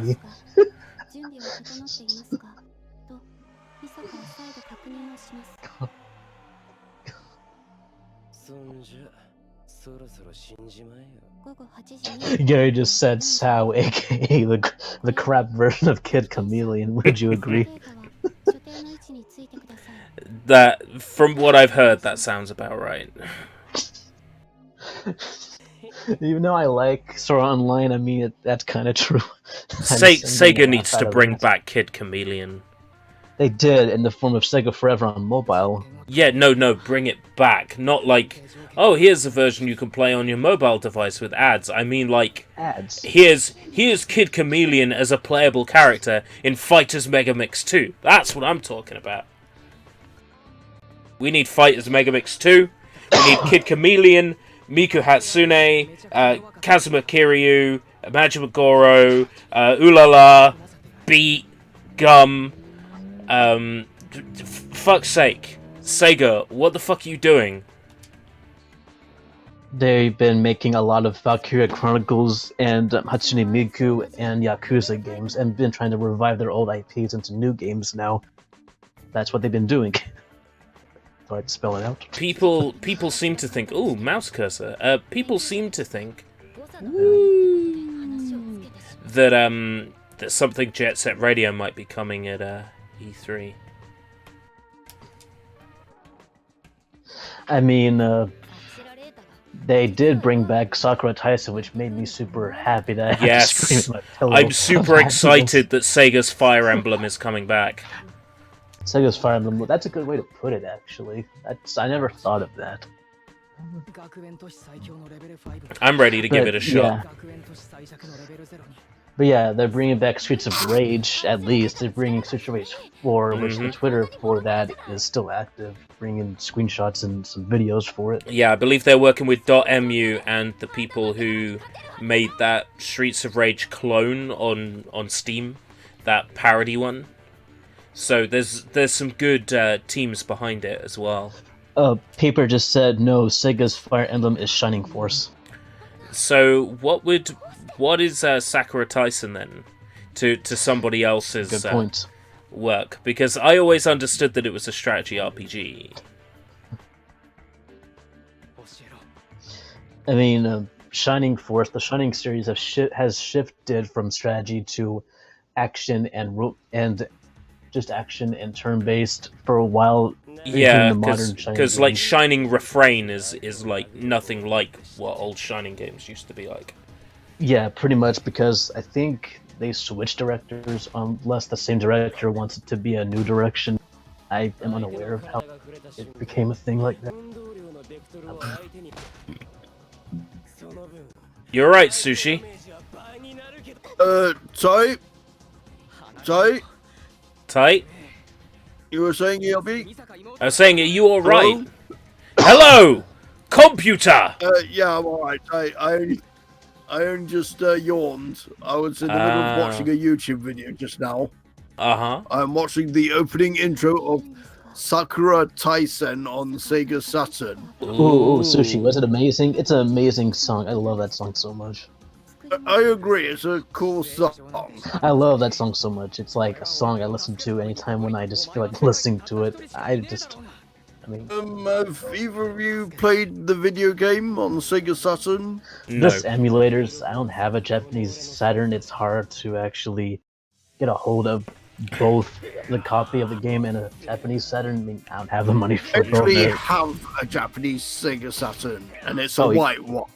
Oh, you do? Awesome. That's pretty cool. Yep.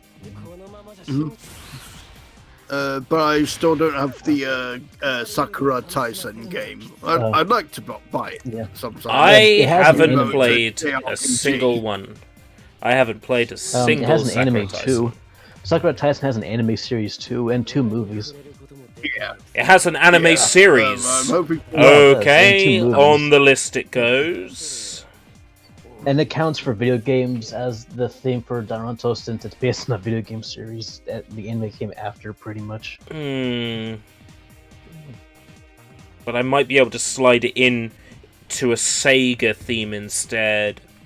Sega theme, I would say, Because yes, but there's how high many school Seiha Girls, but I've seen that. Seiha Girls, oh yeah. Yeah, I've seen Seiha that. Girls. I was gonna So- say, how many Sega anime are there? Does Sonic X count as Sega Yes, anime? Sonic X counts, and if I watch it in Japanese, it's technically like watching a new show, because I haven't watched it in Japanese. Actually, no, I did. I watched quite a bit of X in Japanese, I remember. Gary says, does Zillion count as a Sega anime series because Oppa is in it? Yes, anything that is a tenuous connection still counts. Absolutely.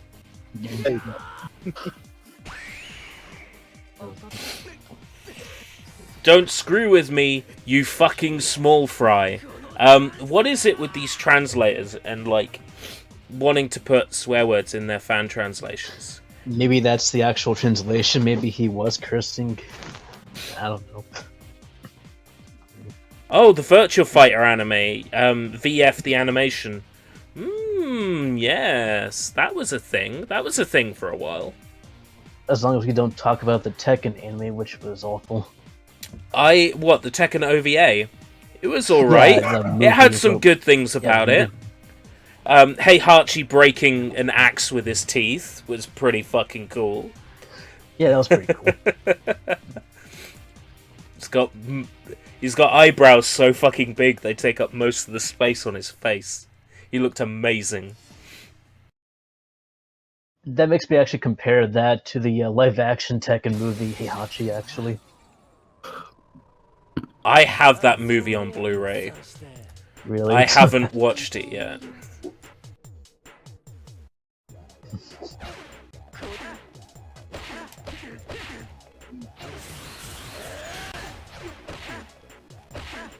Oh, get this. This was recent today at like 10 a.m. And give me your thoughts on this, since I'm going to read this out loud. I don't know what to think of it either, but Sony announces PlayStation Productions will produce movies and TV based on Sony games. Oh, okay, interesting. Where's my Little Big Planet movie? I mean, they might do it. I don't know. So Sony properties, if they're looking to make movies and TV shows, what they're going to be doing is stuff like Days Gone, Last of Us, that sort of stuff. Uncharted, maybe. Because it's progressive. Oh, yeah. You know what? They'll do an Uncharted show with Chloe and fuck, what was her name? Or an Uncharted movie would make sense. Nadine. Yeah. Yeah, they'll probably do a series with Nadine and Chloe. You know, if they made an Uncharted movie, it would either be bad or just people would call it an Indiana Jones ripoff or whatever. They would only call it an Indiana Jones ripoff if they did it properly. That's the thing. They wouldn't do it properly. Yeah. So it wouldn't even be close to Indiana Jones. You wouldn't even be able to use the phrase Indiana Jones to describe it. Because they would fuck that up so hard. Paper says I would love a Ape Escape movie. Me too. I don't know as well. Oh, what actors keep turning up in shit? Dwayne Johnson be like, Reynolds. Who? And Reynolds. Yeah, Ryan Reynolds, Dwayne The Rock Johnson, Ape Escape. Oh, that would be so bad. Oh boy, I can imagine it. Like if it was like if Sony has their own animation studio, right? If it was a CG animated one that looks like the games, that'd be amazing and actually pretty legit good. But if it's live action, it might even be better than the Japanese anime. Like if it was, the CG one would be better than the animated kind of. But if it was live action, like Dwayne R. Johnson capturing monkeys with the net gun, that'd be I would laugh so hard at it.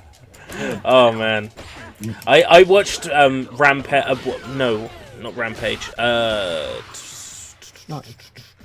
reminds me, Jumanji 2. That movie Jumanji was fucking incredible. Actually, that was actually a good movie. Yeah, me and my Jumanji 2, what was it? Welcome to the Jungle. Yeah, they had to at least reference the song. That was actually a legit good movie. I didn't think it was that bad. It was such a good movie. It was. That is how you do a follow-up to a movie that like nobody wanted a follow-up to. That's how you do it. Like you don't invalidate the original movie. In fact, you make subtle but tangible references to the original movie. And the whole point of the Jumanji game is that it takes the form of something that will make people want to play it. Nobody wants to play a board game nowadays, so it turned itself into a games console. That fucking makes sense. Right. Oh, Gary says, but they have to redub the Ape Escape movie to have same or some different voices for Europe than America. I mean, I never got that. Why the hell does Sony Europe have British voices, yet Sony America would give them American voices for different versions? Do they think we're stupid? I think the games were intended for children, so they wanted to have voices that children would understand, like voices that they would be around, like accents that they would hear. I think that's that the reason. But it's still a bit weird, because kids these days are used to American accents. They wouldn't do all that now. Gary says it's only that series 2. I mean, it makes no sense because it's the same language. Kadikarus even pointed that out and said it's dumb because it's the same language. So, yeah.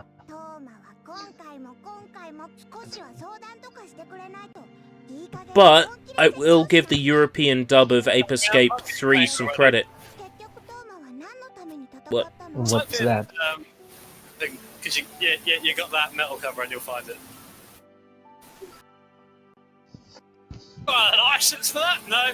Chat, enjoy the stream while it lasts. It's not going to be up tomorrow.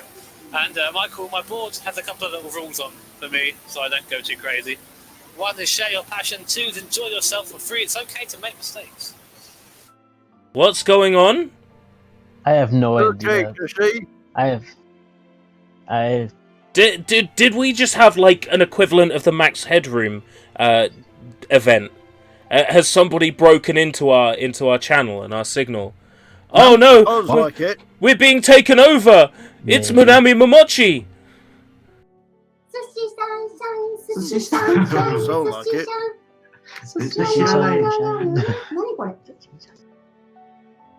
It's too much like a man to sound like. What even fucking No. happened? No. What happened, Keshi? Hey, what? Was that on your side? What happened? Yeah, we had some weird stuff coming from your Some side. guy saying something would be under metal, and then like, to the chat, be yourself, something. Some voice came in on the stream. Oh, that might have been me. Yeah. Oh, and there I was thinking that my my live stream had been possessed. That some demon wanted to talk to the audience. Or hacked. You're watching something else, Keshi. I didn't think you could. I didn't think you'd been able to hear that. We did. It's fine. It was interesting. It was something I wasn't expecting. Oh. Who are you watching? Oh yeah, I've got Jimmy Broadbent. Ooh, who's that? He's a guy who does sim racing on YouTube. Ah. I just saw him like rocking out to something. I just wondered what it was that he was rocking out to. Oh. Nanny the fuck. Right. Oh well, no. I say, well, I've got a headset on, so I didn't think you'd have been able to hear that.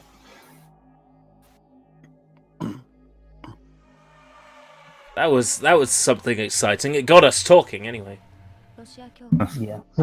Russian Church, magician of the White Paper of Extermination, Misha Khrushchev. Who's this? She's got long blonde hair, and just from this shot, I already love her as a character, but who is she? Help me out here, Jonah. I'm not really that far in the index. I've only seen too much of certain scientific railguns, so sorry. Alright, understandable.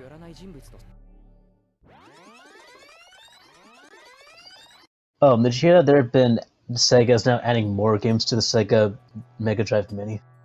Yes. Wily Wars is very exciting. Yeah. All it needs now is Quackshot, and it's a guaranteed buy for me. They added Mega Man and Wily Wars. That's literally what I just said.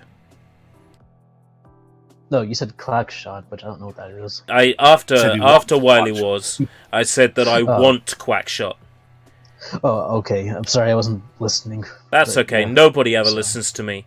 I'm just gonna go sit in the corner and talk to myself. No, come on. It's just me. Man. It's my fault, man, and not you. The one who's my classmate, who's the same level 0 as me, who's a severe syscon and an ultimate otaku. Are they talking about me? I'm gonna take a screenshot of this. What's the screenshot button? System... No, I think they're talking about me. No. Save screenshots in PNG format.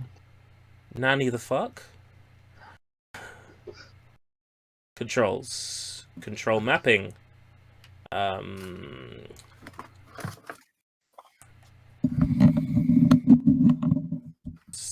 Yeah, I haven't got it mapped to anything. Okay. So, screenshot. That's not a screenshot. Is it? No. Control mapping. Ah! Ah! Speed toggle for advances. I'm just absolutely blind. Maybe that's what it is, or I don't know. Get it. I'll press the print screen button. That can't be an absolute problem that's going to come back and bite me later. Tsuchi Mikado Motoharu. Though I deny being either a syscon or an otaku. And I also add that I am a man of vast tolerances. You're a man of culture. I mean, I'm a man of culture too. We all are. Don't know about sushi though. Sorry, did I miss something? Are you a man of Being a culture? man of culture. I said we are all a man of culture, and I said I don't know about sushi though. I don't know if I'm a man of culture or not. Are you? I don't even know if I'm a man of anything. I said, are you a man of culture, Sushi? I know, I said I don't know. If you don't But know you if know- you are, then you're probably not. If you're a man of culture, you know. He's a man of culture, though.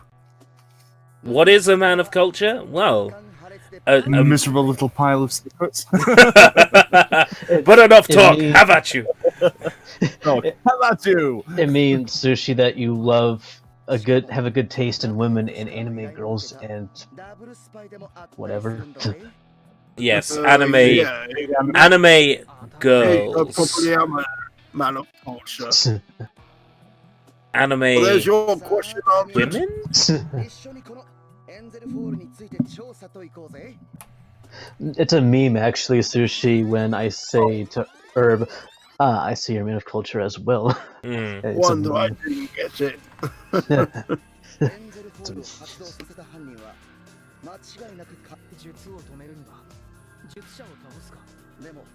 Dr. Wowie. Dr. Wowie. It's Very awful, Mega Man. Dr. Wowie. People are Gary making said fun just of the now. way I speak. Gary just said it. I mean, it's a meme from what I heard from him. May be able to locate the energy reading from the radar room. The way the We find that media, we'll find Dr. Wowie. Dr. Wowie.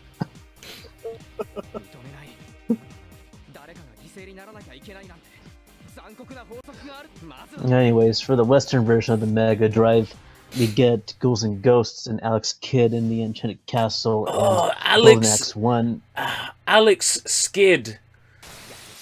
Skid. Wait, why Skid? Because a skid mark is when there's shit stains in your underwear.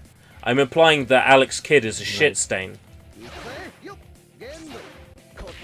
Are you implying you don't like Alex Kidd? or Yes, you don't like yes. the character? I don't like Enchanted Castle. I don't like Shinobi World. I don't like the Lost Stars or whatever it's called. Like 90% of Alex Kidd's library of games is awful. I like the Master System one, the first one. Oh, right. Well, I didn't care Yeah, for that- Alex Kidd. I mean, the game seemed fun, but I just didn't care for him. But yeah.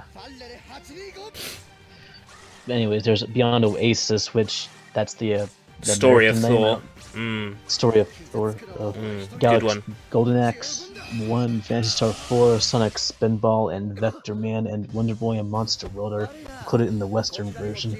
It needs Monster World 4. That console needs Monster World 4.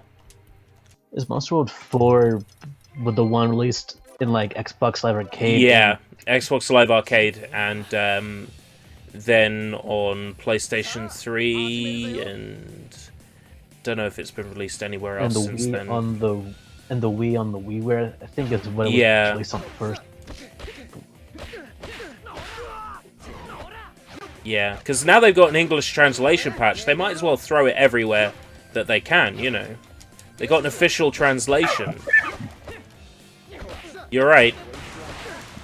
You're not dying. Right. Right. So for the Japanese version, it's the same games except for Yu Yu Hakusho, Makyo to Tsusen, and Party Quiz Mega, and Puzzle and Action Tantum are Oh, that's good. They can keep that. what?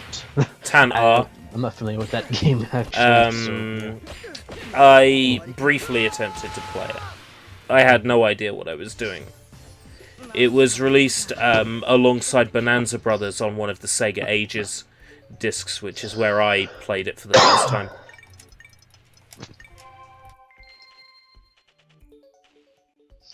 Let's see. There's going to be a total of 40 games on the Mega Drive for all regions for all versions. Now that's fucking good, because originally they were only saying 20, so that it's really Yeah. nice to have 40 now.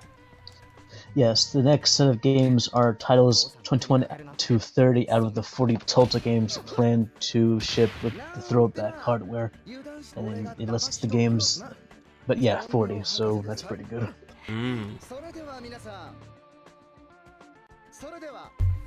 Oh, they didn't get rid of the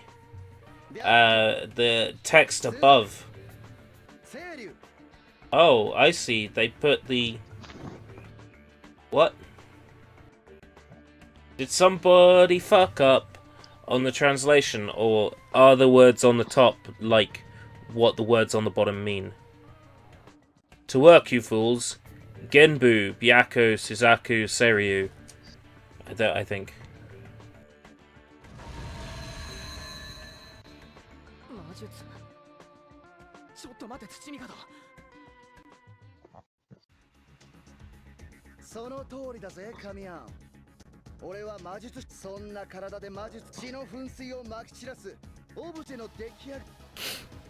He's gonna kill himself to do some magic. This is weird.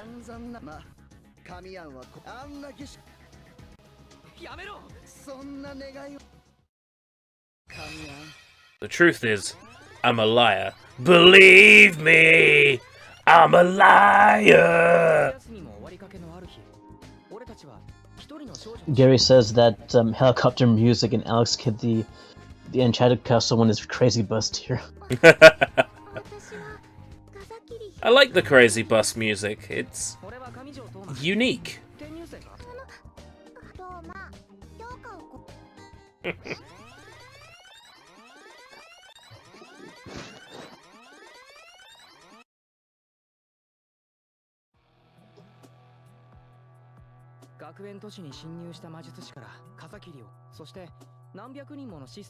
Sister or Solar.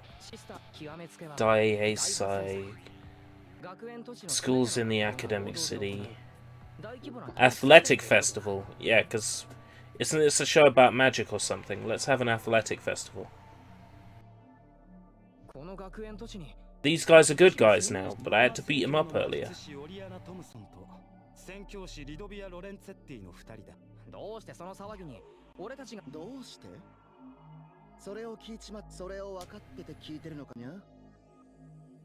Tsuchi Mikado sounds like like fucking Pocky or something, like candy. I think it's the Mikado part that's making me think that. Oh, hello.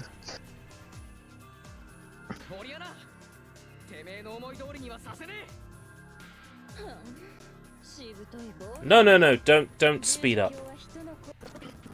No, what, keyboard? No, I don't want that. Oh.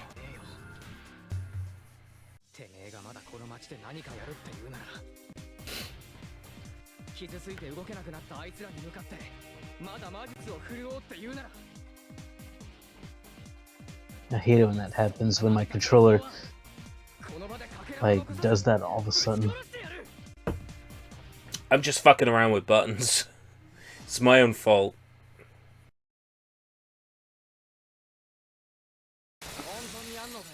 This game's pretty though for PSP. Breasts.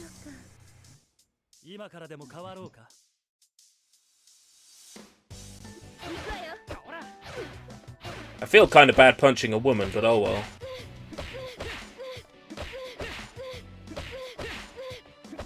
It's been decided that this must be done for the sake of the world.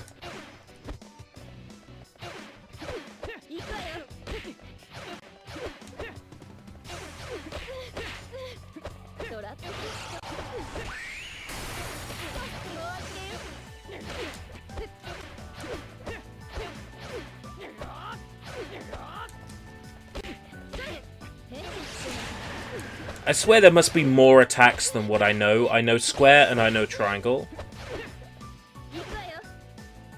There's got to be something else I'm missing. Like one of the right triggers, maybe? Oh, dog of the day. When will you show your dog of the day on camera? Tricky. About 6 rooms away. She also doesn't like cameras. I've tried taking a photo of her for you guys, and she just doesn't like photos being taken. It's because she's camera shy. Yeah, I think so. Probably true.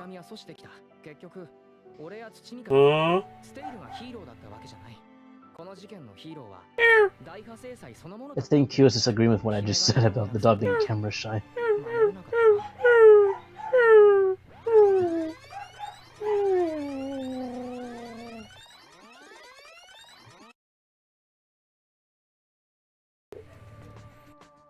Oh, she's cute too.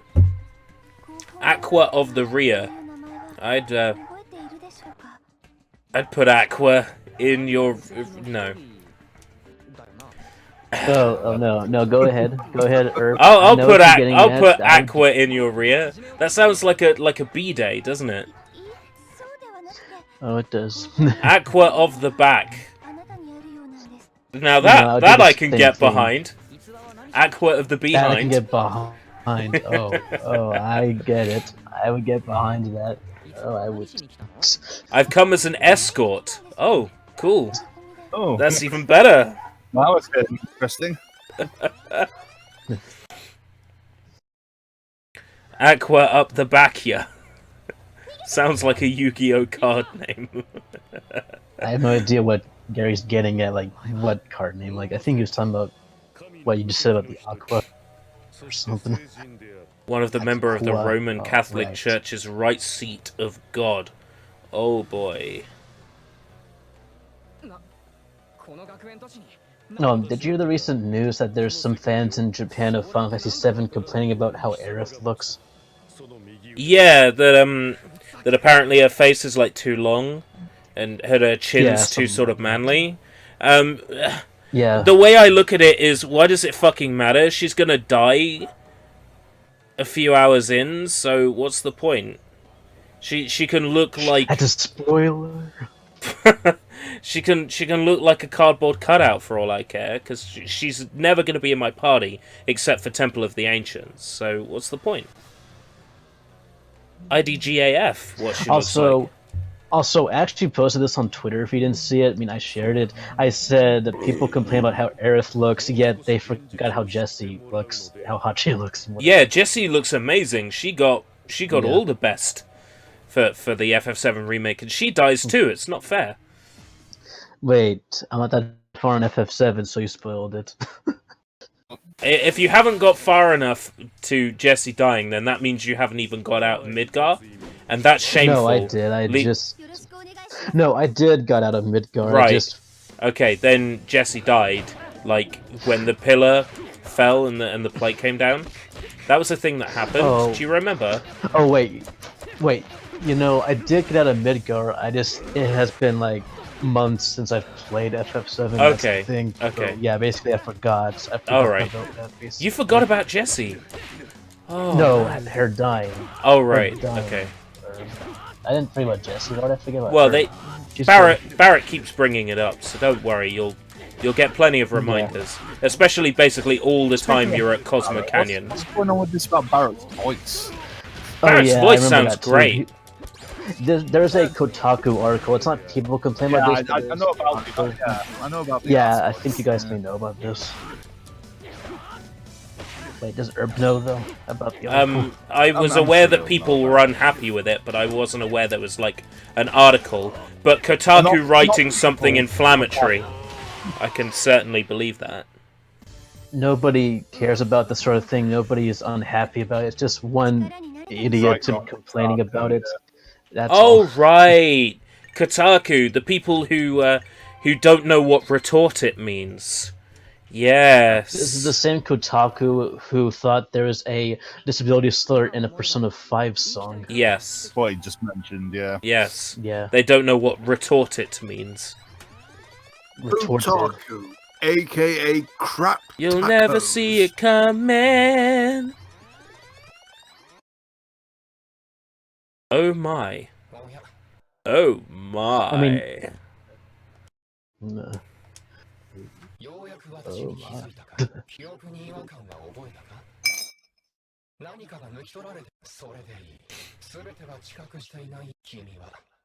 You know, Young Yeah actually made a good point about that.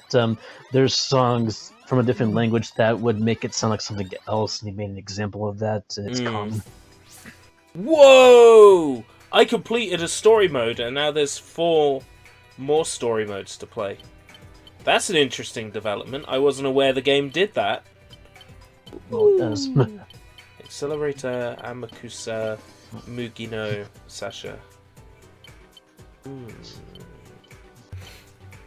Eeny, meeny, miny, mo. Eeny, meeny, miny, mo. The problem with Eeny, meeny, miny, mo is it always works in 4s, so you never get anywhere.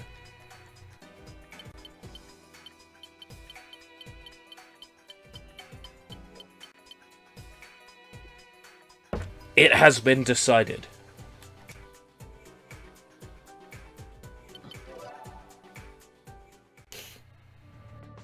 Oh, she's cute. Kaori.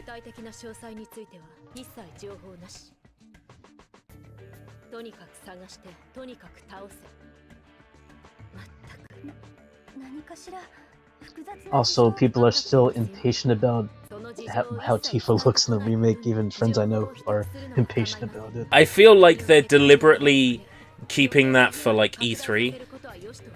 Yeah, maybe. Yeah. There's no way that they are going to fuck up Tifa's design, because recently, recently Tetsuya Nomura did the, did the designs for G-Bike, and Tifa in G-Bike looked the same as she's always looked. So I don't think there's anything to worry about. Yeah, and Squirt. Just know that some idiot's going to complain. Oh yeah, of course. And what you do is you just make the boobs bigger. Too big. Yeah. What you do if someone complains is you just make the boobs bigger. And, until they're so big they don't fit on screen. Yeah, and if you guys remember, her boobs in the original polygon model in the PS1 game are actually that size. Yes, like, it's they not are. even an exaggeration. They are a triangle protruding out of her chest. Yep. Well, in my opinion, I mean, in the battle phase, like in battle, they look pretty huge. Two triangles in the battle phase. Two triangles are just a big mold of circles, whatever. But yeah, it's pretty good. But it'd be pretty unpredictable how they would look in the remake. Maybe they would balance SJWs. Maybe they would just piss them off more by showing what we want. Maybe. I'm not sure. It's unpredictable. Well, Sony might come along and say, "Oh, you can't do that." In We've which, got a sense of that now. yeah, and because we've only heard about it coming to Sony so far, that kind of makes me worried that they will censor the game to shit for Sony's new ridiculous policies.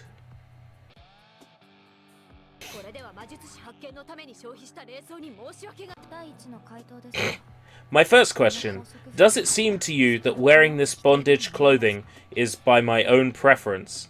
I don't know. You look good in it, by the way. We don't kink shame around here. Yeah, we don't kink shame. People who say daddy during sex are disgusting. Stop kink shaming me. Kink shaming is my kink. I don't think that bondage clothing is that bad. I think it's pretty good. Yeah, Yeah. I think it's pretty good. It looks pretty tight. Ew. Pretty tight. Oh. Yeah. Oh yeah. Ew, it's tight.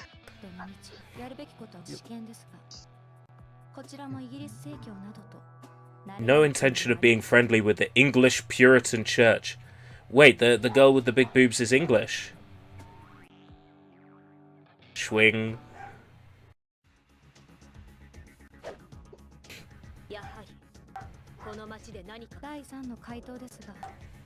Let me fight her. Yeah.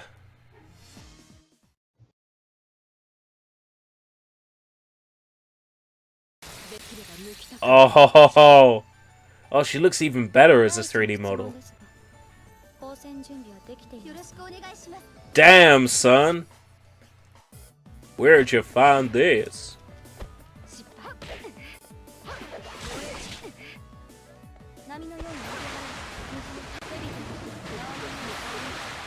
Oh, they talk in battle as well. Why didn't I notice that until now?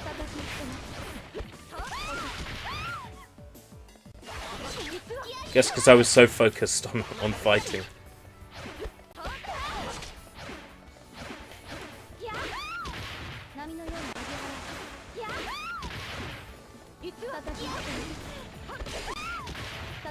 Overdrive! Alright. What I think could happen is, with the remake version, is they would just keep a whole white t-shirt over her and keep the boobs just at a minimum. That's what I think would happen. Yeah. It'll be a shame though, because we need size and we need jiggle. It's not Tifa otherwise.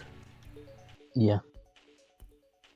If they went for something like her Advent Children costume to appease, you know, I would take that over them changing the size of her endowments. Yeah, I've the option for what normal. Oh yeah, give normal. Yes. Put that as DLC. Yeah. Yes, give us the option, and then I can play through. Ideas. I can play through the whole game as cross-dressing Cloud. Perfect. But if the game came to PC, you know, nude mods will exist for Oh, absolutely. Absolutely, yeah. Hackers will work across the That'd be the clock to make that happen. I will work across the clock to make that happen. Oh, yeah.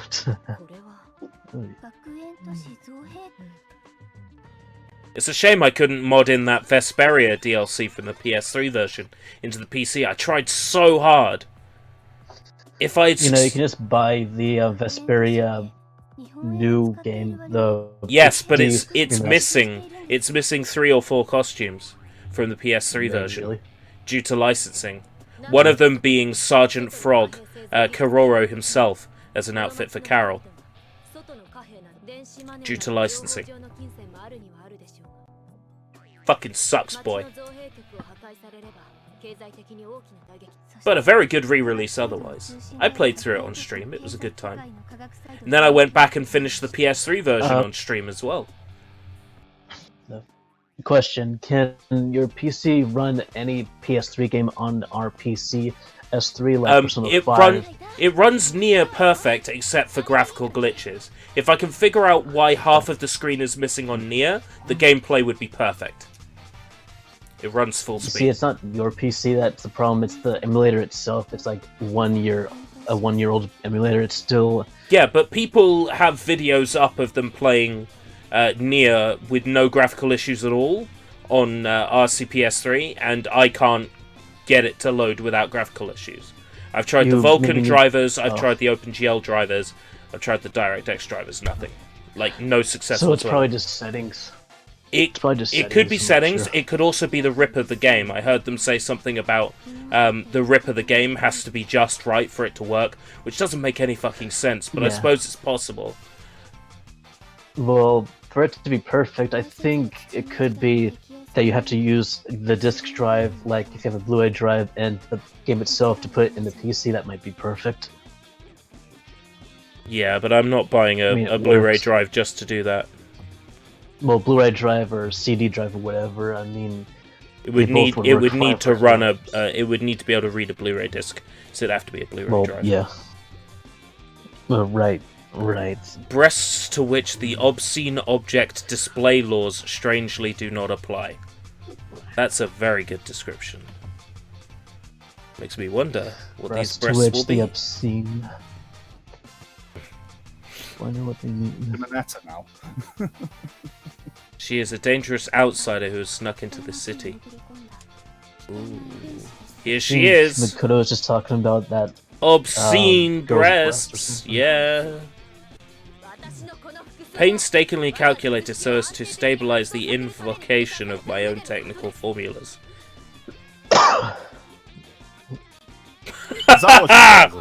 Oh, we're the ones who should be outraged. What's with those breasts? Well, let me tell you a story. Oh boy. Are they fighting over breast size? Maybe. I mean, it's really awesome. I like it when that happens in anime. Or maybe they're making out, because it's off camera. We can't see anything. What noise is it though? I mean, you can tell they're making out if it's that kind of noise.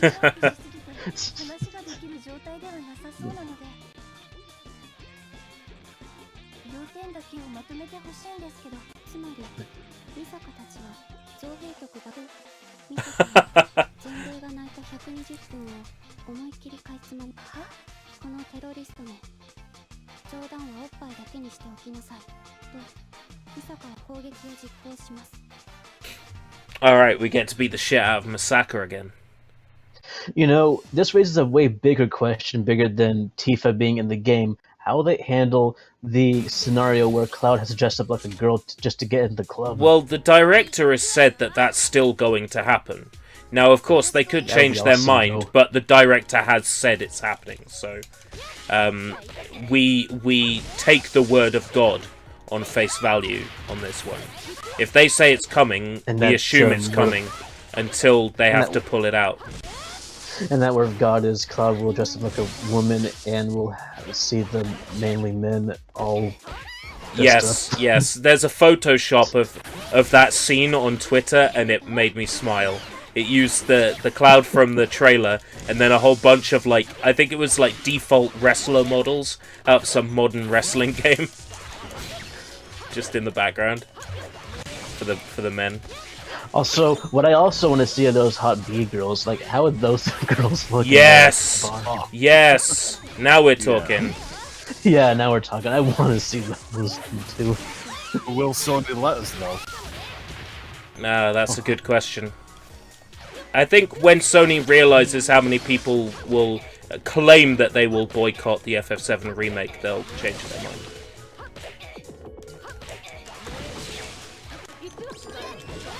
Oh, I've been knocked out.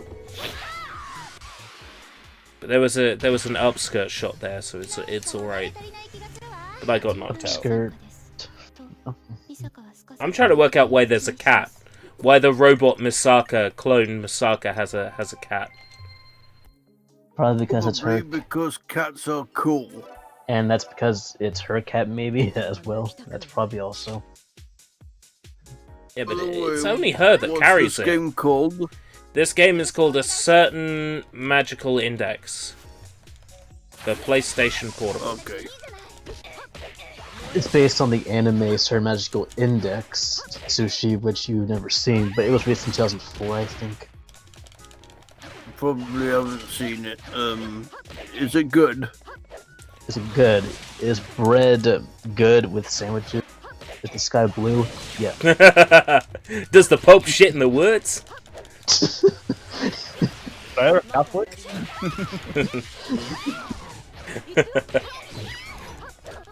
That I swear that's a quote from San Andreas. Most likely, yeah. I want to say the Mad Dog's Mansion, a rhyme book. Or somewhere around that. Sidonia says it's cool for cats. Cool for cats. Squeeze, of course. Yep. A very good song, but I would say Squeeze's best song is probably Pulling Muscles from a Shell. Don't at me. Yeah, I've heard that one. Pulling muscles from a shell. Or, as people mishear it, Pulling Muscles for a Shell. I don't know why, but I find Cool for Cats to be a bit of a nostalgic song. Cause I can remember hearing it as early as when I was like 4 years old. Yeah, my parents used to listen to it a lot. I remember hearing it in milk adverts back in the day. I don't know if Oh yeah, I was wondering where they... Oh, that was early 90s or mid 90s or something like that. Yeah, I think I might have heard this song somewhere else.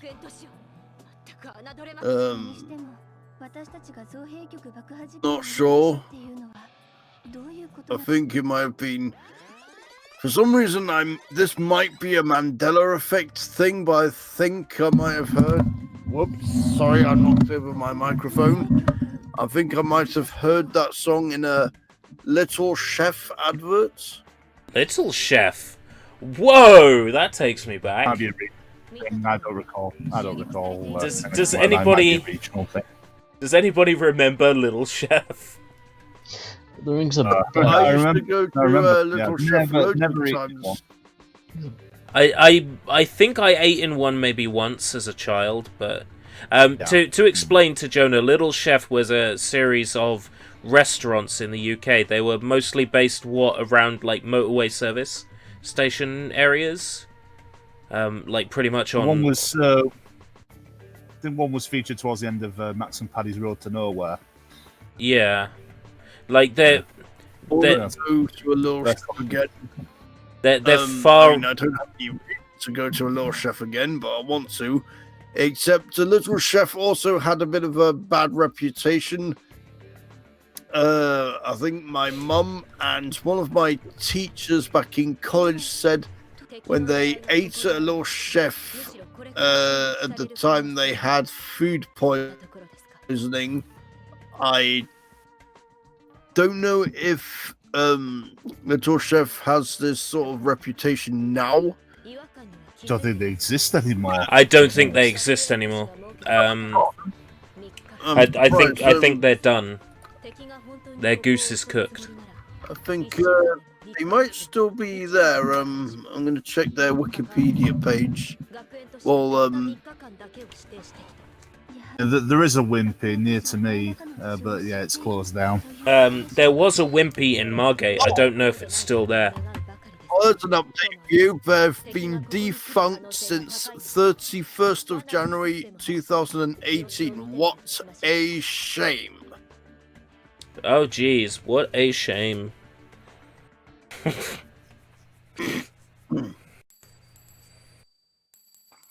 Never mind. Rest in peace, Little Chef.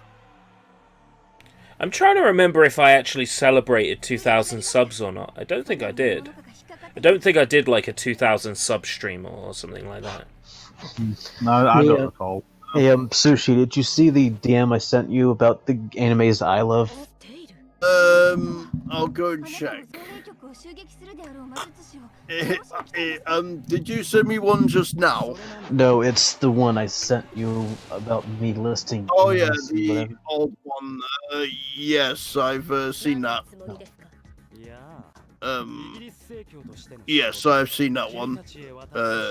Your favorites are My Hero Academia, Urusei Yatsura, Yu Yu Hakusho, Azumanga Daioh, Code Geass, Yokai Watch the Animation, Pokemon the Animation, Soul Eater, Sekirei, Keijo, Lucky Star, Spirited Away, Madoka Magica, Sailor Moon, Cardcaptor Sakura, Hamtaro, Tokyo Ghoul, Miss Kobayashi's Dragon Maid. Some nice collection there, mate. Yeah, thank you. Those are all my favorites. Is I what need he to listed, see- basically. I need to see Miss Kobayashi's Dragon Maid. I have a poster. Basically because of Kana, but I need to see it. My recent icons on Discord are from Dragon Maid. Even the one I have right now, it's from that anime. It's like my absolute favorite right now. I would say Madoka is one of my favourites. Madoka. I haven't really seen any newer ones. Like, I haven't seen My Hero Academia, I haven't seen anything like that. I do need to watch Academia, see what all the fuss is about. I'm going to find an excuse to put it on the weekly Diranto, so that way I have to watch It's one on episode. Blu-ray. Yeah. Yes. The one I'd put on my favourites list is Hajime no Ippo. I like that one. Oh, that's boxing, isn't it? It's basically Rocky in anime form. Yeah, it's it's a a boxing boxing anime. one. Yeah, I've heard of that. I think I've played a Hajime no Ippo game. I think there was I think they were brought over to PS2 over here under the name Victorious Boxers. And I don't mean right, that they're briefs that make you the winner. Unless you're talking about sex here. Well, then in which case they could be Victorious Boxers.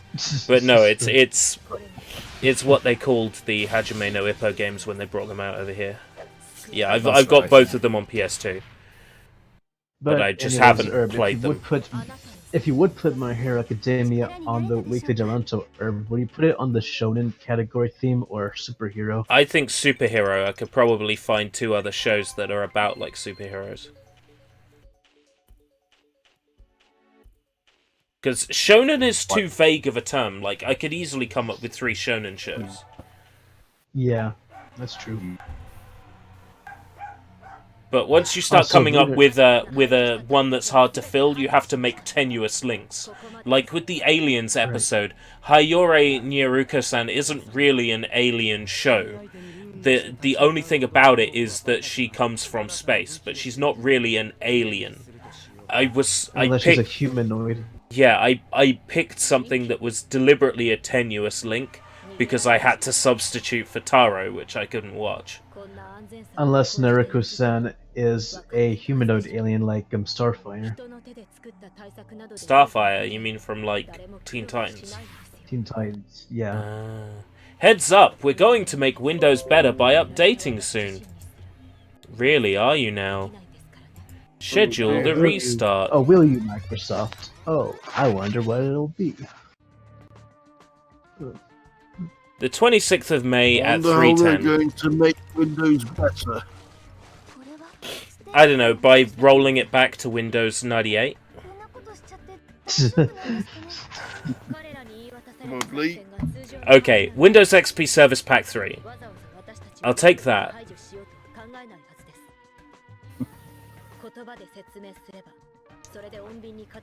Give us free Minecraft. I am still on Windows 7. Really? I'm on Yep. Windows 8. 10 I am peasant. thinking about Gary still uses either Windows. moving to either Linux, Mint, or maybe Windows 10. Maybe I'll... Windows 10's okay. It's just it has only a few misses, but it's still pretty to at least be up in the game. I mean, Microsoft is going to drop support for Windows 7 in the future. It just isn't. Yeah, the problem is Microsoft are going to stop supporting Windows 7 in January, so I'm going to have to, well, do something. Brown bricks. Minecraft. Just out of curiosity, what is your opinion on Linux, Jono, or do you not have one? I don't have Linux. I don't really use Linux, but a friend of mine I know uses it and says it's not that bad for gaming. I don't really care for Linux. I don't hate it. I just don't really care that much for it. In terms of gaming, so long as the games are written to run on Linux, I would argue you probably get the purest quality gaming experience on Linux, because there's not all the background shit that Windows is doing happening in Linux. Linux is very lightweight. You could probably optimize games a lot better for Linux than you could for, say, Windows or Mac. Linux is actually free, but Windows 10 you have to pay for it. I'm not so sure. Thing is, Windows 10 is free if it's a PC that comes with it, or you can freely update it. When Windows 10 was brand new at the time, you can just freely update it from 7 to 10. Good at the time, Yeah. but you can't do that anymore. There's still methods. There's still methods that are well within legality to upgrade to Then Windows you can 10. just buy a PC that comes with Windows 10, which is what I did. I mean, I bought mine. It just came with Windows 10. You know. And when you get a new PC with Windows 10 on it, does it come with oh, what's it called? The numbers thing. That when you install install Windows 10, it asks for a numbers thing, password. A serial key. Yeah. No, it doesn't. That wouldn't matter, and it's because your if you bought the laptop, the operating system would already be installed. The key would it be would on a already be sticker. installed. The key will be on a sticker, usually on the bottom of your laptop. Yeah, normally. And either if it's a laptop or an actual tower PC with a monitor and everything, it would not ask for anything unless you need a serial code that came with that PC or whatever, which is rare. I didn't have to put anything in, so yeah. When you uninstall Windows, can you not reinstall it anymore since you don't have that. Yeah. You can. As long as you got the product. Yeah. Yeah, All you really yeah, need is the product that's key. what I meant. If you don't have... Okay.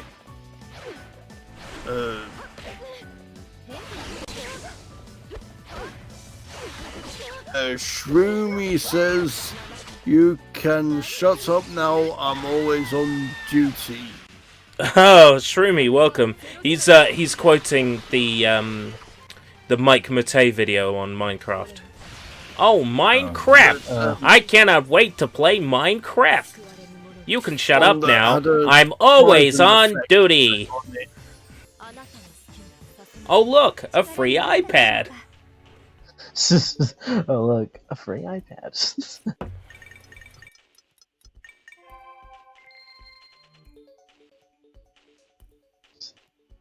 The video's so bad, Mike Matei tried to scrub it off the internet. Good times, good times. He was very embarrassed of that video. I take it Mike Matei made less content, that James Rothel had to go back to making more AVGN videos, which he did now, which is thankful. The only reason why AVGN wasn't making content was because he was working on the movie. After the movie was done, he went back to working on AVGN. Yeah. It's definitely true that James and Mike Mondays gets a fuck ton less viewers than AVGN episodes, of course. But it still gets a good amount of viewers, a good chunk. And the live streams that Mike Matei does, people still turn up and super chat. So, I mean, it must work out for them. Yeah, it was an April Fool's Day video. It was a joke video. But it was so bad as a joke video that he was really embarrassed by it. Is it just coincidence that not long after Kadikarus did a video about Pepsi Man, AVGN did a video about Pepsi Man? Well, we definitely know that AVGN was working on that episode for a while, because if you follow Mike Butters on Twitter, he posted production shots. On the episode, yeah. So but, he posted production shots while it was being filmed. Speaking of which, since this is so odd, since I hear nothing but love for Pepsi Man, and AVGN was the only first ever video I saw where there was hate for the game. I'm like, wait, he didn't like Pepsi Man? That's because he didn't know you could dash straight away, because he's an idiot. Yeah. It is definitely a hard game, absolutely, Pepsi Man, no joke about it. Especially that last section in the tunnel in Pepsi City. Just that section drives me fucking mad. I've only ever beaten Pepsi Man with a save file with the 99 lives mode unlocked. So I know how hard Pepsi Man is. But I appreciate everything that game does right. It's so well crafted, everything looks so good. It's visually amazing. He never once complained about the visuals outside of how dark areas were, and that's his shitty TV, basically. Yeah. Also, I commented this on AVGN's video for real, just because I'm that kind of person. I like to correct someone. I said he said Pepsi for TV game because in Japan they call video games on your TV. Yes, Terebi Gameu. Essentially TV game. I mean, on Amazon, TV game is listed, and I see video games for PS2 and Xbox 360 and... I don't really care for modern AVGN that much. I don't know if it's nostalgia for the first 100 episodes or not. I could definitely see where you're coming from, Shrimmy. I'm the same with JonTron. Like, modern JonTron, I sleep, but classic JonTron, I'm all over that shit. Like, Dynasty and that era, Stairfax Temperatures, Daikatana, the Sonic Colors review. Like, that's the JonTron that I remember and love. And JonTron's Minecraft video is so fucking good. Have you always wanted to get inside my head? Ha ha ha! I'm a fucking champion. What did you say, Juno? I'm wondering why JonTron stopped doing video game reviews after the Starcade one. I think because, I don't know, it feels like he never really wanted to make video game videos to begin with. And he mentioned one time that he's always wanted to do stuff like the Nostalgia Critic. Yeah. Which I don't think should be what his career should be. I mean, he should do stuff what he is known for, which is video game stuff and his own humor. But he's starting to become known for this other stuff now, and I think he's gonna ride that as far as it takes him. To be honest, his most famous and most beloved and like best video when it comes to movies was his food fight video. Yeah, no, that was class. Yeah, it was a good video, and I appreciate everything he had to say. But I like food fights, so I guess I don't have a say. Although his flex tape video was amazing, I love that one. The flex tape video is the one that made him so many views. Oh yeah, like it's the most successful video like he's ever done. Yeah, I actually loved his flex tape video like so much. I mean, when it comes to stuff that's not gaming or movies, the flex tape ones were actually amazing. He even got Phil Swift to join his being on his video. I really liked the episode on the Crystal Glass vodka. To this day, I'm still thinking about getting a bottle of that for myself because it looks looks so good. Yeah, it's not Crystal Glass; it's Crystal Skull. Yeah, Crystal Skull. Actually. Yeah, that's what I meant. Dan Aykroyd's Crystal Skull. Yeah. When he's showing those clips of him just talking shit on television.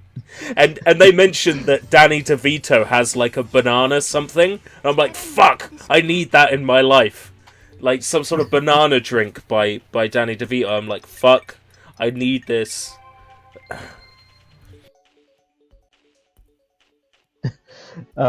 Gary says, only good modern JonTron was that safety video. The safety video was very funny. Yeah. You see, Gary's not really all that keen and not very all that nice when it comes to modern JonTron. He prefers the classic JonTron where he only did video game reviews. Oh, absolutely. And, I can totally understand that. I'm kind of that way out as well. I do prefer the video game reviews over some of the later stuff, but I'm not saying they're bad or anything. But the very, very last video he did where it was video game reviews was apparently what I'm looking at here is the Disney bootlegs one was his very last video game review video.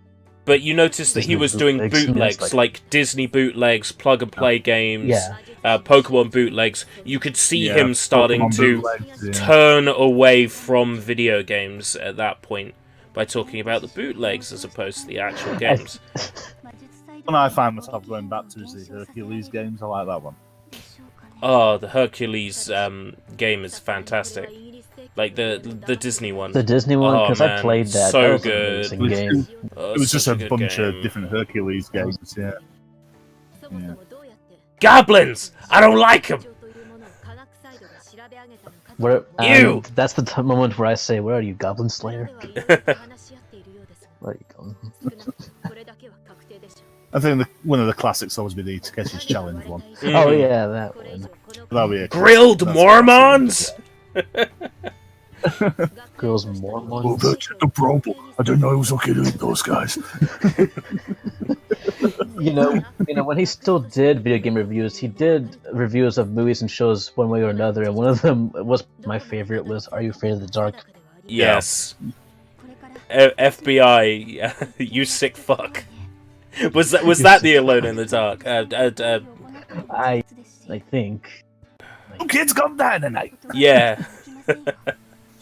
Some kid's gonna die tonight. I think I beat another story. Very long loading time on that. Yeah. I beat one! We got an hour to go until Soybomb streams. I might as well just keep going. Shumi asked if anyone still watches Nostalgia Crate. I haven't watched any of his recent stuff, but no, the ones I go back to now and again are the the adverts ones. Yes, the adverts ones are good. Fucking Bubbles! And just you, your kids, and your Johnson. Johnson. Yeah, that one's just... The Wonder Boy. The fucking Bubbles came from Nostalgia Critic, actually. Fucking Bubbles! Yeah, it came from Nostalgia Critic when he saw a commercial for Bubbles and Bubble Makers.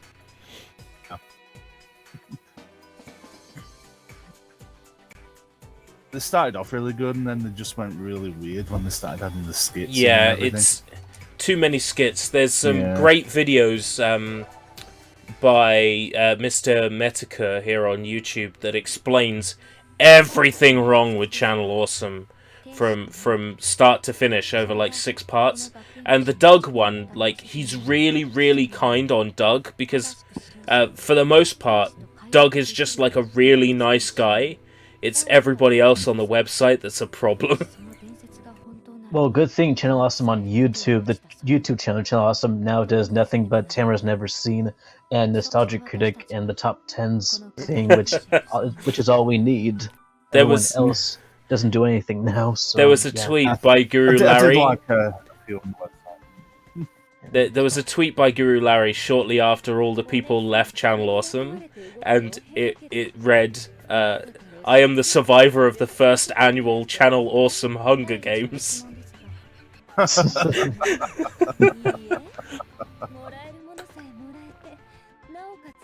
say, I do like Guru Larry. I think he's great. Yeah, he's a great guy. I watched his recent video on 5 times you were cheated via pre-orders. That was good, and all of those were new stories that I hadn't heard of before. He's really good at digging up stuff that I haven't heard of. Top 10 moments Shigeru Miyamoto was an asshole. Which is all the time, apparently.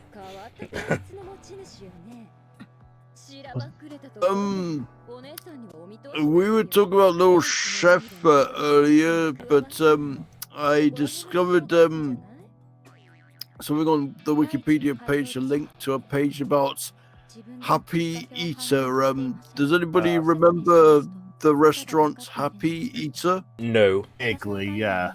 I think I remember the logo. It's like a face that's pointing a finger at its mouth. Yes. Yeah. I think I might have been. That's all I can remember. The logo. Yeah. Yeah, I've never heard of this establishment. They became defunct all the way back in 1997. That might be why. Yeah. I would have been 7 at the time. I don't think I ate in one. I don't think I do. And like I say, all I remember. One in Canterbury.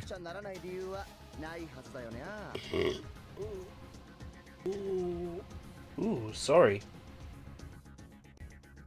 It's that Carlsberg. Anyways, Gary just mentioned a YouTuber who I cannot stand. Bennett the Sage. Yeah, I don't mind. Isn't he like? Isn't he an outspoken pervert? Is he the one I'm thinking of? Who's the one I'm thinking of? No, I don't know.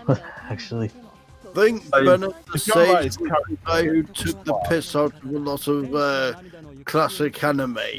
Yeah, Bennett the Sage takes a piss out of just so many classic anime from the 80s, 90s, and early 2000s, and he even takes so many of the anime like Dragon Half so seriously that he has to be analyst about it. I'm like, for crying out loud, it's just an anime where you enjoy it for what it is. Stop taking it seriously. No, he is the one I'm thinking of. He voices the narrator in Zone TV. I don't think I've watched his Dragon Half review, but I have watched quite a lot of his videos. Some of them I found quite funny, but I've not watched the Dragon Half video.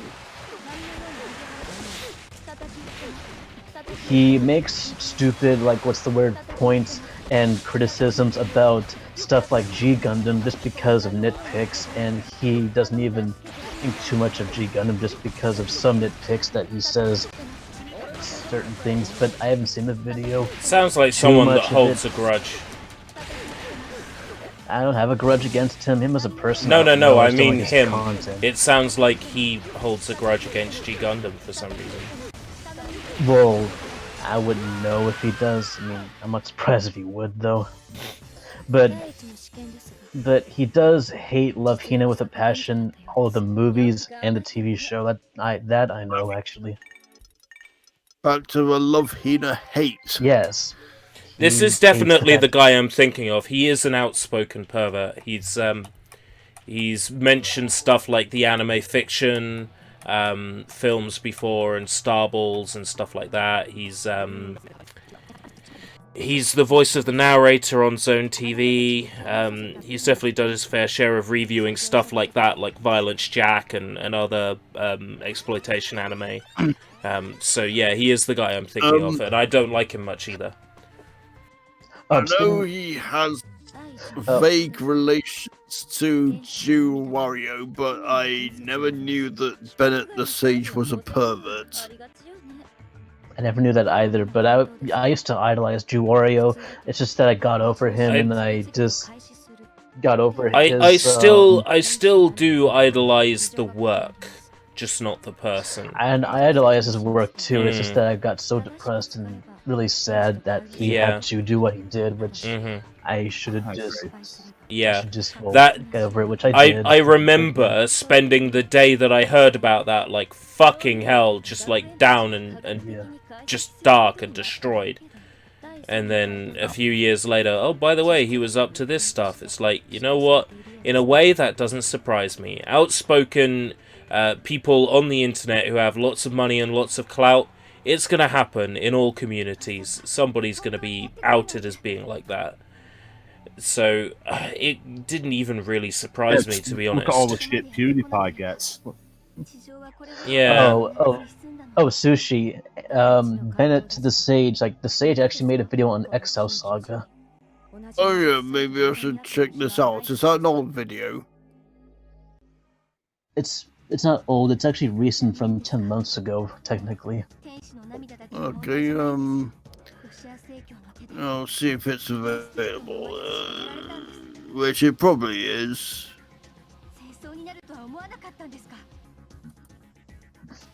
Oh, he never reviewed Violence Jack, he just did a bad acting video. Alright. I remembered him talking about it.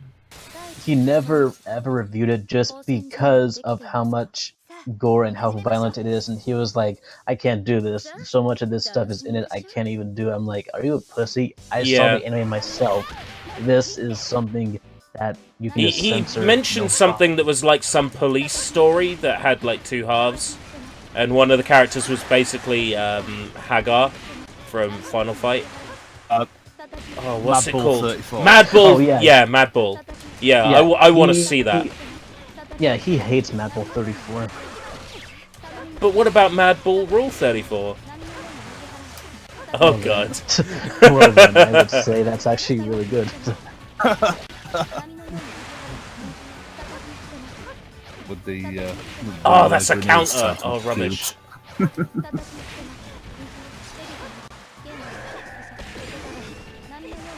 Oh, that move's a counter move. I'm probably not going to get to pull that off then. Game probably won't let me.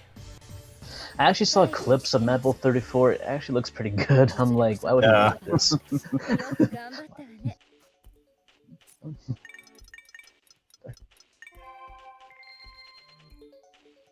Actually, I did manage to find digital copies of it years back. Also, he reviewed Little Nemo. I'm like, wait, Little Nemo's an anime movie? Yeah, Little Nemo the Wishmaster. Little Nemo, that animated movie. I'm gonna like, go to sleep.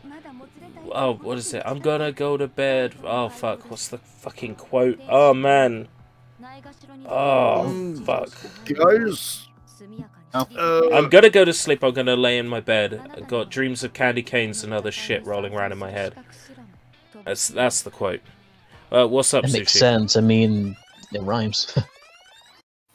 guys, Yeah. as you probably know, I live in a part of Wales that's very, very boring, and where the shopping is very pretty much dead. And Where fun is forbidden. Fun is forbidden. Yeah, probably. In Wales. Absolutely. But not so much fun is non-existent.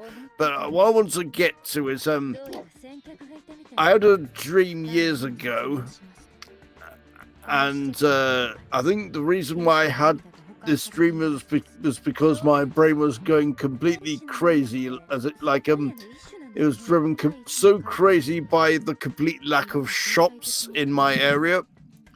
I had a dream where I finally found this amazing anime shop that sold manga and anime VHS tapes and DVDs and all sorts of all sorts of wonderful stuff. But then suddenly I couldn't find it. And then I think just last night I think I might have had this sort of dream again. Mm-hmm. And I think I just remembered something. There was a Kite live action movie. I'm like, there's a live action movie based on a hentai anime. There is, starring Samuel L. Jackson. That makes sense because, believe it or not, if you never knew this, Samuel L. Jackson loves. Yeah, hentai and anime. Do you like hentai anime? Too. Yes, and hentai yes, too. Yes, hentai too. And hentai too. Motherfucker, do you speak it? Or Desu, motherfucker, do you speak it?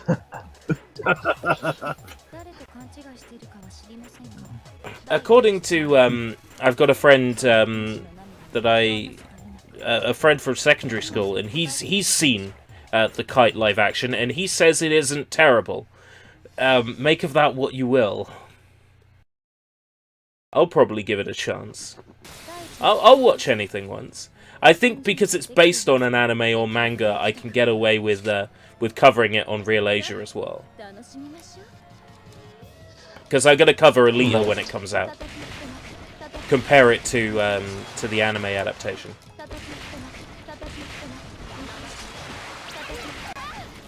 They actually got the costumes right for the characters in that live-action movie for Alita. I mean, I've seen like screenshots of the anime for the characters, what they look like. Man, this looks actually not too bad. Yeah, there's a couple of things on the characterization that's not correct, but on the costumes, absolutely, they nailed it. It's exactly what Alita should look like. I mean, yeah. I mean, I'm just guessing they gave Alita giant eyes because she's an android and they wanted to look anime as possible, but I got used to it, really. She sort of had giant eyes in the original as well, just not as pronounced. I think we notice it more because it's more of a human-like appearance than a say an animated view. So I guess we notice the eyes more being bigger on a human character. Like anime characters will have big eyes. So it doesn't seem weird to us looking at it on paper or in anime. I think it just looks weird to us because it's humans and Uncanny Valley and all that. Right. Anyways, Sage's G Gundam review was 4 months ago, and he recently did a review on Galarian's Rion, that CG anime movie based on the PlayStation game series. Oh yes, I've got Galarian's and Galarian's Ash. I haven't bothered trying to play either of them yet. I know that they're both sort of like a little bit like Resident Evil, but I haven't really got around to playing them. It's Resident Evil, but as a third-person action game with magic and psychic powers and teenagers that were genetically altered and whatever. Sounds like fun. I mean, yeah, there was Galarian's, the first one on PS1. I think it was called No, the live-action. The CG movie was called Rion. What was the PS1 game called then? Just Galarian's. Yeah. And then there was a sequel on the PS2, yeah. Ash. Well, yeah, they just like Galarian's Ash. Yeah. I saw the review of that, yeah. The CG movie, yeah. Well, I will make note of that CG movie.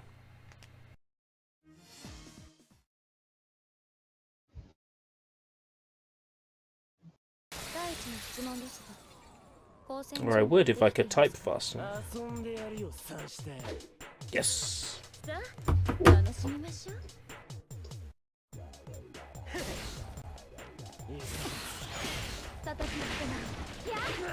This is a very different kind of fighting game because the moves are very pronounced based on the character skills.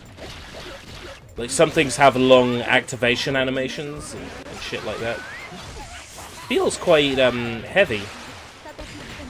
Yes, trigger! Also, Sage made a video on Paranoia Agent, a classic. Ah, yes, I've got that down for a weekly Diranto sometime in the future on Madhouse Animation Studio.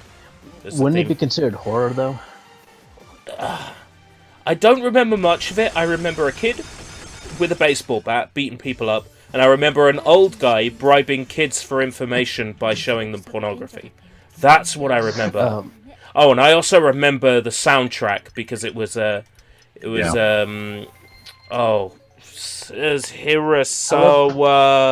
Susumu soundtrack. So it was fucking Also, tight. another fun. Also, that was actually another anime that would air like a lot here on Adult Swim every Saturday back then. Oh. Yeah, it was really popular, that one, wasn't it? Yeah. I learned about it through friends at college.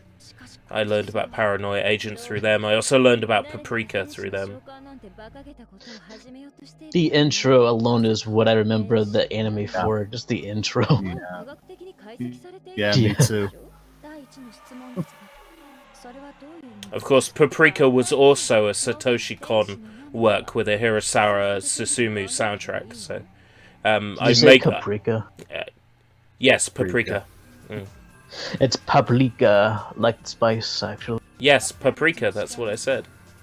No, you said caprika. I said paprika. I said paprika. Did. They didn't. Okay, I believe you. I'm sorry. I'm just messing. Okay, I believe you. I believe you, man. I'm just messing with you. Alright. Okay, you're just messing with me. I am. Oh look, this guy's got a tribal tattoo around his eye. Therefore, he must be a bad guy. His mouth animations look so dumb. There's the big shit-eating grin. There it is.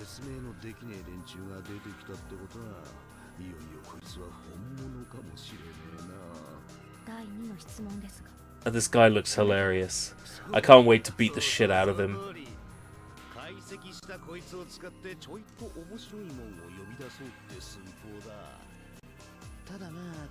Even his Mike Tyson tattoo. You can tell they ran out of ideas when they designed this guy.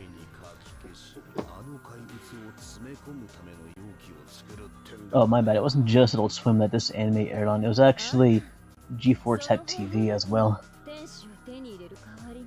Here, right over here, actually.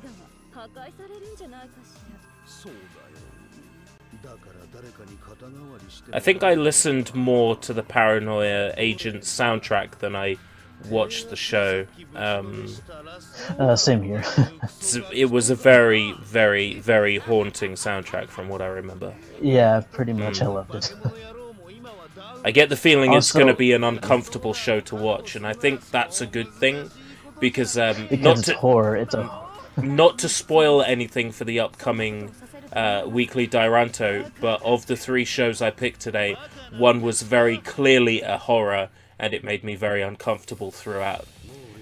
And that makes me happy. Serial Experiments Lane. Oh, I love Lane. I watched through Lane as a teenager. Yeah, I do. Lane is my jam. Lane Smash is my this wife, shitty woman! Oh boy. I've been called a shitty woman. There's no way I'm gonna take that. I'm just sad there's no video games based on that anime. There is a video game based on Serial Experiments Lane. It's a PlayStation 1 game and it's 2 discs. Well, I did not know that. I was just But not it's mostly more like an interactive like dictionary, sort of, but there's fuck tons of information about the show that if somebody ever fan translated that game into English, like I would play it in a heartbeat. but there's like loads of information about the series that you can only get out of that PS1 game. Look it up, it's interesting. That anime also aired here in the USA. Great thing about Serial Experiments Lane, the opening theme by Boa, British Boa, not Korean Kwon Boa. Right. That opening theme, Duvet, is so fucking good. It's about smothering a loved one with a duvet. It's so fitting for a show like Serial Experiments Lane. But that whole album is good. Both of the Boa albums are amazing. Well recommended. Flight of 1,000 Camels or something like that. There was another one as well. If you love the opening intro to Serial Experiments Lane, I recommend listening to the opening intro to Razefon Hemisphere. Razefon. I've already written that down tonight, I think. Razefon. The intro to Razefon, it's called Hemisphere, and it's like the best opening intro to a mecha anime. Yeah, I looked up a YouTube playlist that was like the 100 best anime openings from the 2000s, and I think that was on that playlist. Oh. Well, I was gonna say it's top 5 best mecha anime intros in my opinion, but yeah, it is.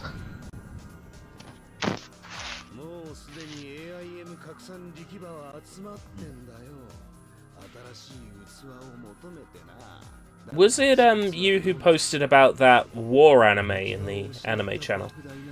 Erin Sogo something. What, me? Was that not you? Not Sogo no Erin or something?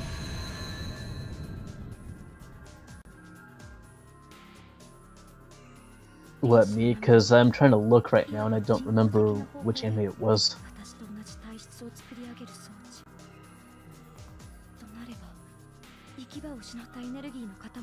Kimono no Soja Erin.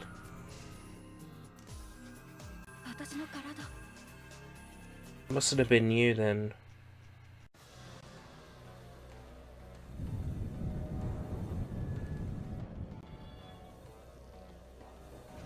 I wonder who it was. Either way, it looks fucking cool.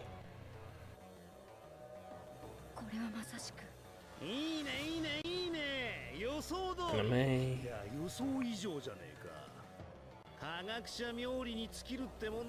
Was it I don't know?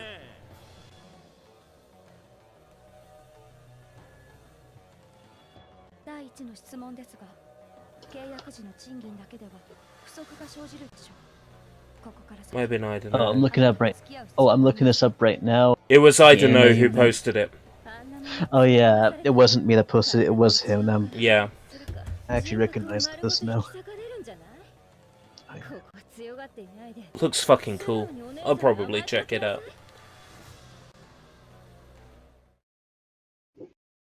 Fuse Kazakiri. Okay. I got this.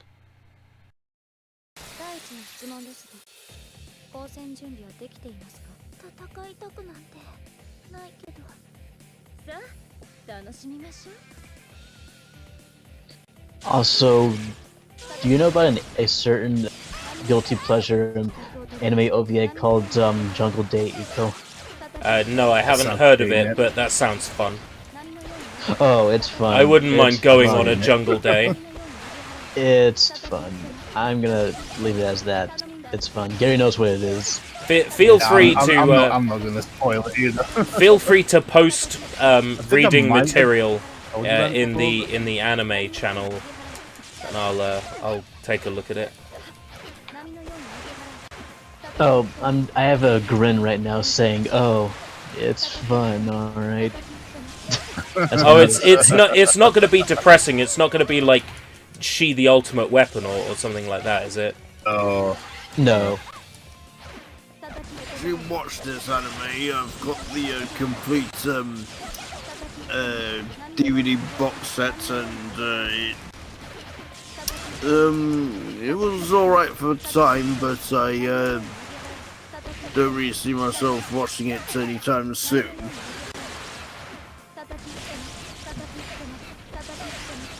Gotta. this power. Also, Sage hates that anime for reasons once you watch the clips, really. Yeah.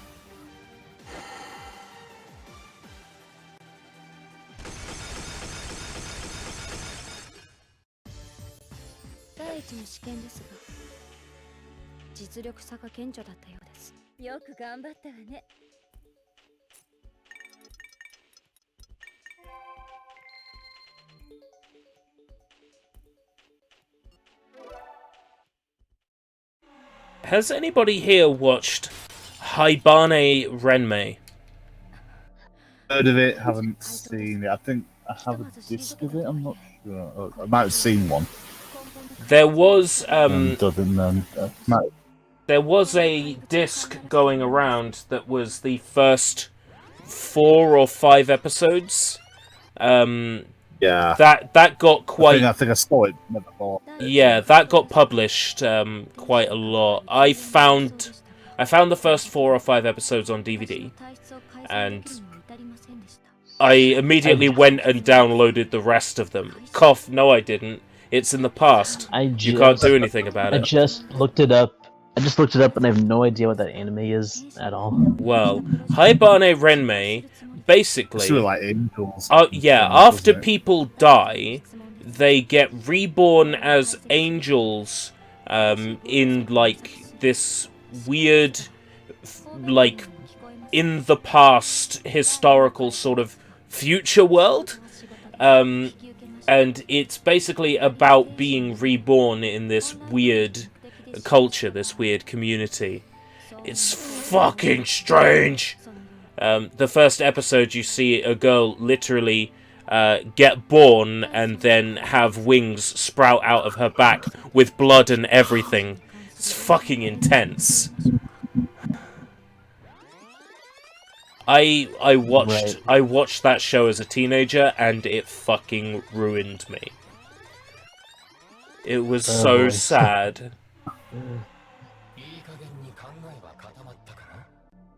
It made me sad. There's a lot of anime that made me sad and broken and just depressed, really. I guess that anime was for that moment, really. Which anime? I said there was a lot of anime that made me broken and a bit depressed, but I guess that anime was that for you, I suppose. Yeah, that was the first time I ever went, oh my god, this is fucking sad, with an anime that I watched, and then my friends at college were like, oh, you think that's sad? You should watch She the Ultimate Weapon. I'm like, no thank you. Yeah, I've seen that one. Maybe at some point I should watch it and see what all the hubbub is about. But I'm skeptical. I'm skeptical that it's even going to be sad. Now, if you want something to laugh at, remember what I said about Jungle DX about it being fun. Here's what I'll spoil, though. It's not a major spoiler, don't worry. It's part of the show. It has a lolly character that turns into a full-grown woman. I don't know, could she just stay in the original form? Is that too much to ask? Stays in the original form for one episode, I think.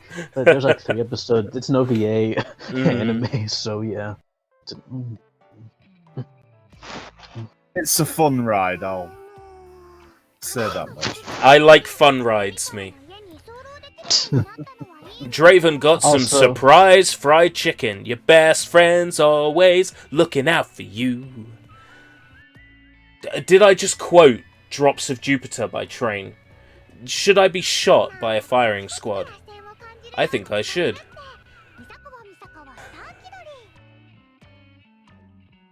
Chickadee China, the Chinese chicken. You have a drumstick and your brain stops sticking? Yeah. Watching X-Files with no lights on, Dan LeMay's on. I hope the Smoky Man's in this one. Yeah. Bare naked ladies. 1 week.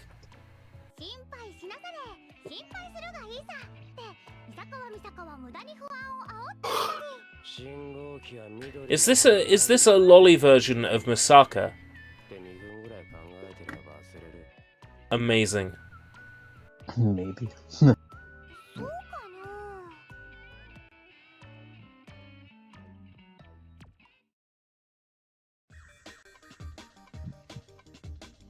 な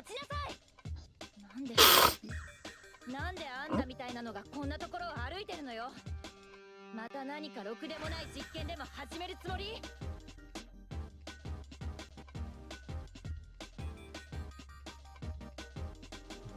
お前が感じている視線ってのはこれが原因か？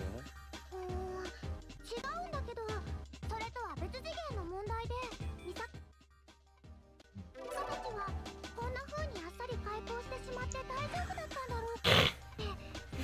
It's the speaking in third person that's getting me. はい。あれ？何これ？何この小さいの？私の知らないところでわけのわからないことが。Incomprehensible things been happening. Yes, this whole game so far, but I'll do my best to understand it. I haven't understood a single thing in this game. The revive, but that's probably because I wasn't really paying attention. I've been concentrating more on what we've been talking about. I was right now. I was sort of watching Bennett the Soldier's Exile Saga review. What'd you think of it? Well, I was sort of watching it deaf because I was listening to you guys talk. Well, at least mute one of us because you have to hear what he says. The important part. Oh, I know that, but not really watching it. Actually, it's sort of like a preview. You know what I mean? Not looking over it just to see. Yeah. What? Yeah. Then you'll watch it more in depth later on. I watch it before going to bed. You don't want to. You don't want to get angry before bedtime. It affects your dreams. Yeah. Just in case he says something mean about it. I usually don't get angry before going to bed. Usually I get angry in the middle. There we go. Got it. Like I previously mentioned, the dream I have of me going completely mad about this anime shop that previously existed and then didn't exist, as if it was enough of a Mandela effect thing. I've explained on streams before that I've had a very similar thing. I often dream that I'm out somewhere and I popped into a charity shop and there's some really good game or find in there, and then I go to pay for it and I buy it. I'm like, great, and because this isn't a dream and this is really happening, I'm gonna have this game when I wake up. Shit! And then I wake up and I don't have the cool game, and I'm like, oh, for fuck's sake. And this happens so fucking often. This is like my most repeated dream.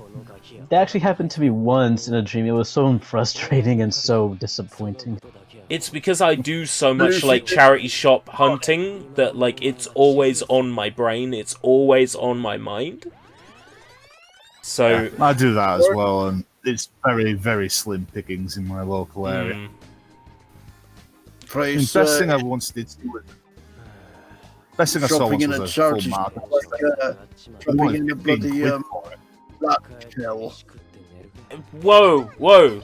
Okay, single file. Keshi first. I said, yeah. Best thing I saw in a fair while was a full mahjong set. Oh, nice. They wanted 15 quid for it. Not so sure. Yeah, but it's like if I bought it, what am I going to do with it? You know, well, no one really you're not going to learn to play it. No, well, I have dabbled a little bit online. Because this is other channel I watch, and he does mahjong on a Friday. Ooh, using an online client. Maybe watching people play mahjong would make me pick it up easier than trying to learn it from like a book or a video game. Dude, Herb, actually, Herb, I have actually learned how Mahjong works, and it's actually simple. Once you get around to playing it, it's one of those things where it may seem difficult at first once you not understand it, but once you learn it, it's like, oh, it's so simple. Why haven't I learned it this before? You Yeah. know? The main thing about Mahjong is learning the yaku, which are the different kind of hands you can make. Yeah, pretty much. Once you get them down, then the game's pretty simple. Yeah, that got me to play a lot of the Mahjong games, especially Sega's Mahjong MJ game series on mobile and on PC. Not any of those saucy Mahjong games for Saturn on like an Oh, emulator. I want to play those definitely. I want to import those and I've play those. I've got the art book for one of them. You don't say. I actually wanted to steal that from you. I mean, what? I'm just kidding. It goes nicely on my shelf next to my Beatmania IIDX soundtrack and my Viper GTS art book. So it's all good. Oh, I actually am not going to steal those, or will I? I mean, what? I ain't saying. And now Sushi's turn, I think. Yes, Sushi. So sorry. What you were What were you originally gonna say going when to I- say? Nothing much. I just wanted to say shopping in my charity shops in my local area is like shopping in a landfill. I know exactly what you mean. Like, the way you describe it makes perfect sense. Being anime related, then you're highly unlikely to find it there. All you're likely to find is old clothes that nobody wants. And they do sell DVDs, but they mostly sell stuff like some exercise video starring some celebrity who stopped being relevant like 10 years ago. Or they do sell good movies like Rush Hour 3, but these are better off being bought on Blu-ray. And they also sell stuff like teapots and You know, that isn't much different than my area, to be honest. We've got a few more Blu-rays in our charity shops, but otherwise it sounds mostly the same. The majority of my cool finds come from CEX. Like, almost all of my cool finds come from CX. I thought for a minute the game had crashed, but no, it hasn't. Yeah. Sometimes you get lucky, but yeah, most of the time you don't. that's the problem. It's just a case of keep looking and keep your eyes Also, open. so this is To do with charity shops is only go there like once a month or twice or once every 2 months, because like Kishi said, it's a case of getting lucky and not getting lucky, and most of the times you're not lucky. That's why when LGR does his LGR thrifts, it's usually over like several times. Yes. He's been round the Those are Goodwills and very, very good that. videos. New episode. Yeah, I think I I once would got imagine. a haul featured on one of his episodes, one of the early ones. I got Oh, one of my one of the photo viewer put finds. on. Oh, nice. Yeah, Well, but I I haven't had fights like that for a long time. Better in English charity shops. I don't tend to go like once a month or twice a month. I'm in charity shops almost every other day. Whenever I've got the ability or time to look, I am in the same shops even, because I've noticed that the more often you go in one, the more often you get an idea for what it has, and you can see the interesting things from a distance. You know what's new and you know what's interesting. You sort of like create a mental image of what's in the charity shop, and then you know that there's something cool in there. When you walk in, you're like, there's something over there. Maybe it's just like some weird innate ability, but I find that going to the same charity shops like every other day, I'm more likely to get the cool things when they first turn up. Because I think there's people in my local area that are also regular charity shop like hunters, and I don't want to lose to them. What was the last thing you got from a charity shop that was cool? Last thing I got from a charity shop that was cool. Okay,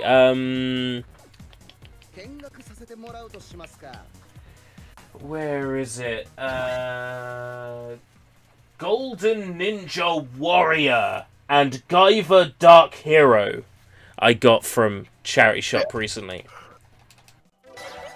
Oh, it's Dark Hero. Is that one with David Hayter in it? I think it's a live action Dark Hero. Was he in the live the action? one with David Hayter in it. Oh, I didn't even know that. Yeah. Ooh, that's even more interesting. He plays the main character, yeah. Ooh, nice. That makes it even more fucking cool. I think that's right. This may seem weird and out of the blue, but yeah, I say this for a second. I'm just being weird and just silly for this, but does Sushi sound like Murdoch? What, from Gorillas? My voice again. Good, but it's a good thing. I'm just being goofy, all right, Sushi. I was like, I'm just saying. Oh, he's got a very distinctive voice. We'll give him that. That sounds like Murdoch. Voice. That's Murdoch. Born with this daft voice. It said daft. I said distinctive.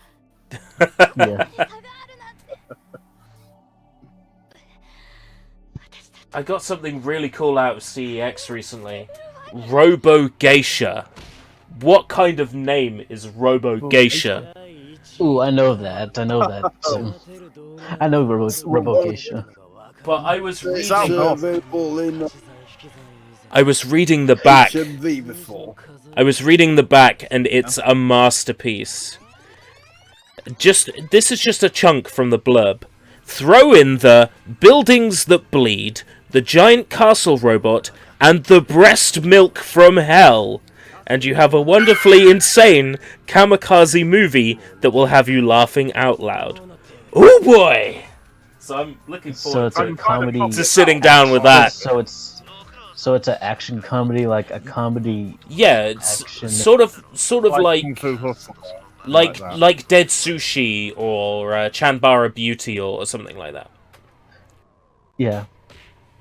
And it says the director is Noboru Iguchi. What has Iguchi made? Dead Sushi, Mutant Girl. Oh, Squad. right, okay. That would be why I'm getting Dead Sushi vibes. There you go, then. He also made a super weird movie, which I've seen on Netflix before, called Zombie Ass. Oh, it sounds good. Okay. You know what it's called? Because the full name is called Zombie Ass Toilet of the Dead, which I'm not kidding about this. I'm not kidding. Oh, the Toilet of the Dead. Oh, that's so funny. I'm not kidding about this. Okay, let me finish. I'm not kidding about this when I say it. Zombie Ass has poop zombies.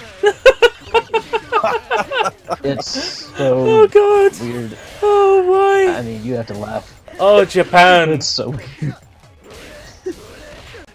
I've seen the movie, trust me, it's so weird and doesn't even take itself seriously. It's a John Tron moment where you're like, I don't like where this is going, and stop. Stop! In a similar vein, I've got a film called Yakuza Apocalypse by Takashi Miike. Never got around to watching it, but do I it sounds awesome. have that one? No, I don't think I do. Actually, I've watched it. It was on YouTube. Yeah. I'll have to link that video in the chat somewhere, though, or like one of them. What, the zombie ass? Yeah, that I one. wouldn't Probably mind the seeing Wikipedia some page zombie ass. God. It says on the Wikipedia page it's a Japanese comedy horror film. it's more comedy than ever, I think. Comedy horror. With the name like Zombie Ass, yeah. No, I was Yeah. expecting Could it be anything Shakespeare. else? I was expecting Pride and Prejudice. Well, actually, there's Pride and Prejudice with zombies, isn't there? So you can't escape it. Yeah, Death Comes to Pemberley, yeah. Did they actually make a movie out of that? Don't know if I think it was just a book. I don't know if it was. I know that there was a book. I'm gonna look it up.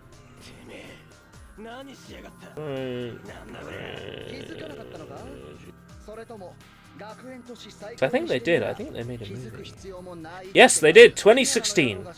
Pride, Prejudice, and Zombies. 92% of Google users like this film. 5.8 out of 10 on IMDb. 44% on Rotten Tomatoes. And 45% on Metacritic. Which movie?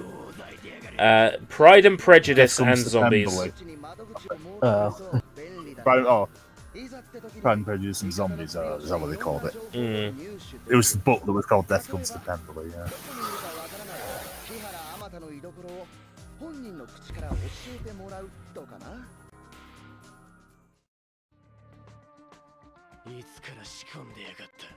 Yes, Abraham Lincoln Vampire Hunter.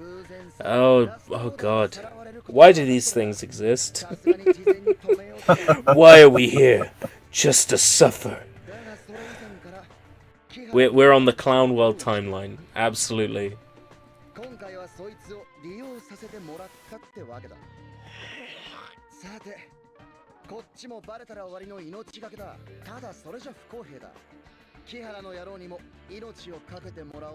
Now I'm looking at Noboru Iguchi's work, like all of it, and apparently he makes some weird as heck movies that look like they're meant to be serious, but they're just comedies. Like in a nutshell, like they're comedies, and especially Machine Girl, what it looks like. Wait, Machine Girl. I own Machine Girl. Is it on my Real Asia document? Did I log it? Or is it in a cupboard somewhere?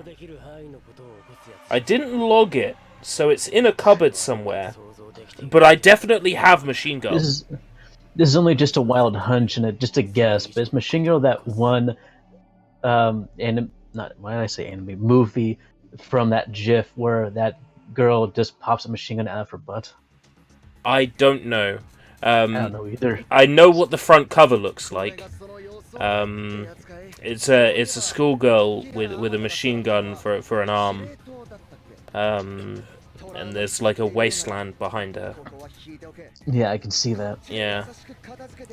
Like she's the Terminator, but a Japanese schoolgirl. Draven says, the film you posted in Discord is even more ridiculous than I imagined from your description, Jonah. Well, you're welcome, Draven. It is ridiculous. I saw it on Netflix, which... Your mum, yes, welcome. It was on Netflix. It is so ridiculous.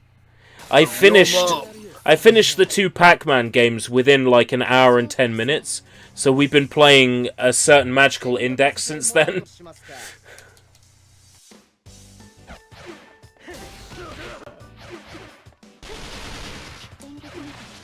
So that's why this isn't Pac-Man.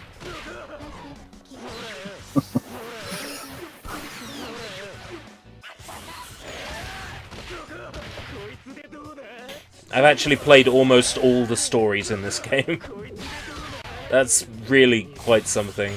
Just been going at it. Yes! Yes! Final finisher! Come at me! Yes! Haha! Yeah, this is a certain magical index. No, Gary, I'm not talking about Astro Boy. I'm talking about a GIF, a weird, goofy GIF I see on forums where there's this pedophile that was about to solicitate or whatever a girl, and a machine gun just pops out of her booty, like right there, and shoots him. It's a GIF I saw on forums a long time ago.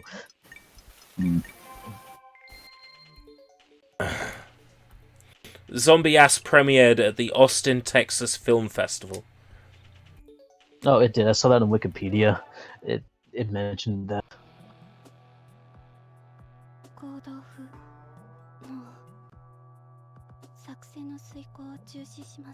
I'm gonna go and get a sandwich. I'll be right back.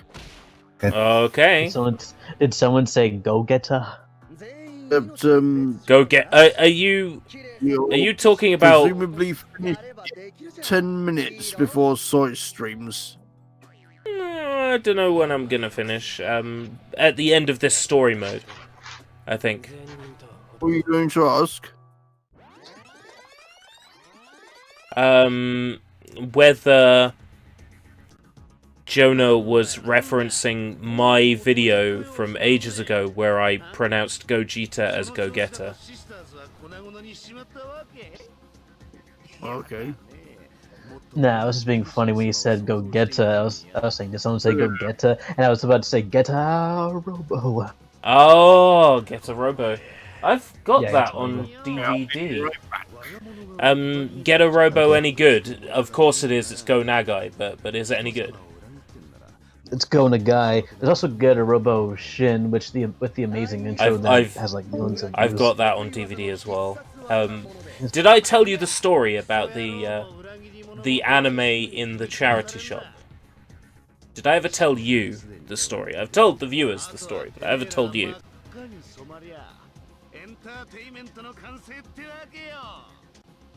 I don't know. No? Apparently I dropped 227 frames as well. I need to check. Am I still live? Am I talking to people? Can they hear me? Yeah, you're still live. Okay, good. Right. So, I went to a charity shop last year in the summer. I was going for a job interview in the afternoon. I popped into the nearby charity shop because I'm like, okay, let's have a look. And in there, amongst their DVD section, there was tons of fucking anime. I looked at it and I'm like, am I having one of my dreams where I walk into a charity shop and there's stuff that I fucking want? Like, am I dreaming? I pinched myself. No, very much awake. Okay. And then I start madly taking everything off the shelf and piling it up on a nearby table in the charity shop. Pile. I'm like, I don't have any method of carrying this out of here. Do you guys have carrier bags? Yeah, they're 5 pence each. Doesn't matter how many it takes. I don't blame you. Oh, there was so much great stuff. Lots of Go Nagai stuff. Cutie Honey, Get a Robo Shin, Mazinger Z. Like, lots of cool fucking stuff in there. Question. Some I Ghiblies. have a question. Is it a Mazinger Z figure of Yumi Sayaka? What? The boob missile mech girl who... No, the DVDs. It's the DVD box set of Mazinger Z. Actually, the two of them, because it comes in two halves. Okay. I just love her. And I think she is pretty good herself, and is pretty much one of the only reasons why I love Mazinger Z. Like, one of them, not the only reason, but... Well, it's a Go Nagai work. It's gonna have hot ladies in it. Amazing, it's kind of a ladies, staple. Pretty much. Yeah, it's kind of a staple. Yeah. It's like this looking charity. This is the guy that made fucking Keko Carmen, for crying out loud. Carmen, classic. A lot of these DVDs are American that were in this charity shop. I think there was some sort of collector or a nearby business, perhaps, that cleared out their inventory, and I was in this charity shop on the one day that all this stuff was in there. Lots of Mobile Suit Gundam stuff, Turn A Gundam, the original Gundam. I'm really lucky there. If I look through my list and see what's written in US in brackets, then I can tell you what was in there. Okay. Turn A Gundams Volume 1 and 2, the Professional Golgo 13, the Samurai Trilogy on Blu-ray, Suicide Circle? No, my Suicide Circle came from somewhere else. Shin Getter Robo versus Neo Getter Robo, Royal Space Force on Blu-ray. Oh, that's right, Nadesico. Martian successor Nadesico, Mazinger Z, Marzin Kaiser, SKL. So much fucking cool stuff in there.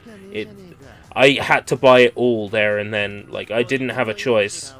I was a bit hard off for cash for the next couple of weeks, but it's like, Go Danar was in there. Get a Robo Armageddon. Apparently, I picked it up twice because there were 2 in there. It's okay, I got 2 copies. What's the difference? One is the Power Pack edition, and the other one is not. I don't know what that means on my notes. Cutie Honey, the complete series. Yeah, so much fucking crazy stuff. Fantastic.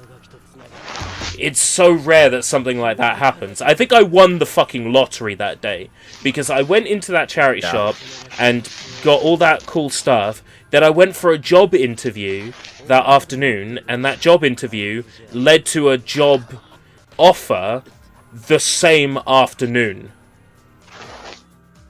Like, I went for the job interview, went to the supermarket, and got the phone call, oh yeah, we want you. When could you start? Oh, do you still work at that same place? Yeah, still work there. So yeah, I think I won the fucking lottery that day. So, I'm sorry, I hear you kind of cut up there, but you don't still work there that day? Oh, I still do. Oh. I still work there.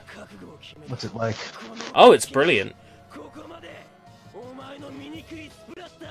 Yes, the legendary Day of Luck. Let me tell you something really fun about that Day of Luck. When I woke up in the morning, I said, I feel an omen, this is going to be a bad day. I have never been so fucking wrong in my life. I was like... That's why being pessimistic is never good. Well, if you set your sights low, then when something amazing happens, it's positive. Of course. I was so fucking just like...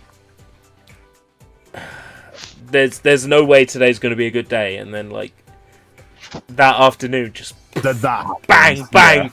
Finding all that cool stuff. Yeah.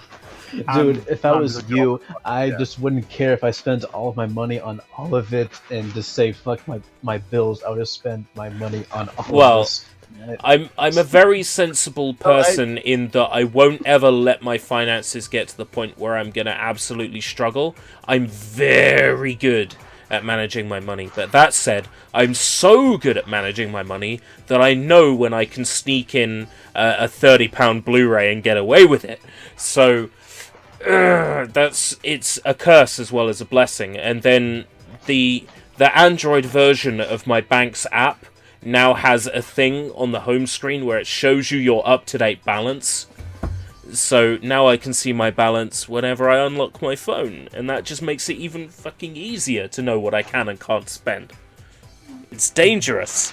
You know, I have a curse that I am horrible at managing my money. Whenever I see something that's like caught my eye and it's like $20 and half of it is gone, you see, I get $30 every month. I live with my mom, and it's the only way I can get half or most of my money. I don't have a job, so I am impatient to spend my money. It's just me and my curse, really. And then you spend, and you're like, well, shit. Now I gotta eat rice. Kinda. I've been in that position, but it's worth it.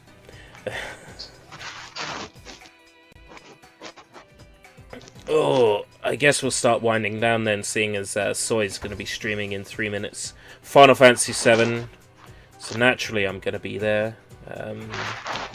What was the last thing he did? Where was he?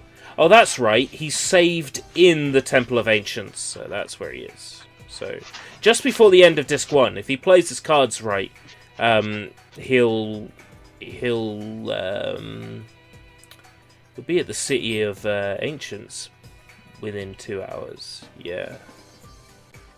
If he paces it properly. He'll definitely beat the Temple of Ancients today. So that's going to be fun to watch. I do love seeing people play my favorite game and fucking play it wrong, like Soy Bomb is. Oh, gee. Oh, that reminds me of somebody. Do you know who fits that perfect description? Gary? No, DSP. Oh, Darkside Phil. Yeah. Star Mazer, Darkside Phil. DSP tries. How many discs is FF7? 3. 3 discs. Yeah. 8 and 9 were 4 disc. Mm-hmm. Yeah, that's true. 8, 9 was 4. I mean, I know because I own 8 right over there next to my PS2 games. 7 is 3 discs.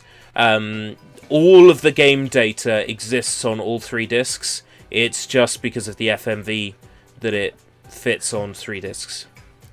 If that game had no FMV, it would fit on 1 disc. If you enter the debug menu on the game and then travel to another disc's events, they all play out perfectly, whether it's disc 3 events on disc 1 or disc 1 events on disc 3. It's just the FMVs the reason why the game is on several discs. The mo you know. Some weird things about the way JRPGs are set up. Tales of Vesperia has copies of character models for every single scene, despite not using them. The game's file size is fucking humongous just because of copied data. Then there's Pokemon Sun and Moon, which famously has an instance of Lily for every single area in the game, including animations and textures, which pads out the game data. Sometimes I just don't get it. Like, are game developers just lazy, or is it a case of like so many things are tied up together at once that if they change or remove one thing, like the entire game falls apart? So it's like, shit, we started making the game this way, so we have to have an instance of this character in every scene. Because I could believe that. I've definitely come across that when developing games. Well, we've hit 11. I'm gonna call it off here. Gonna do the official sign out, but first I will drop the Discord calls. So thank you very much for joining me today, Jonah and Keshi Head, and also Sushi Sunshine, who's now no longer here. So thank you very much for joining me. I'm gonna drop out. Okay, that's me dropped out of the calls. So now I'll do the official sign off. Until next time, if we live that long. I can't stop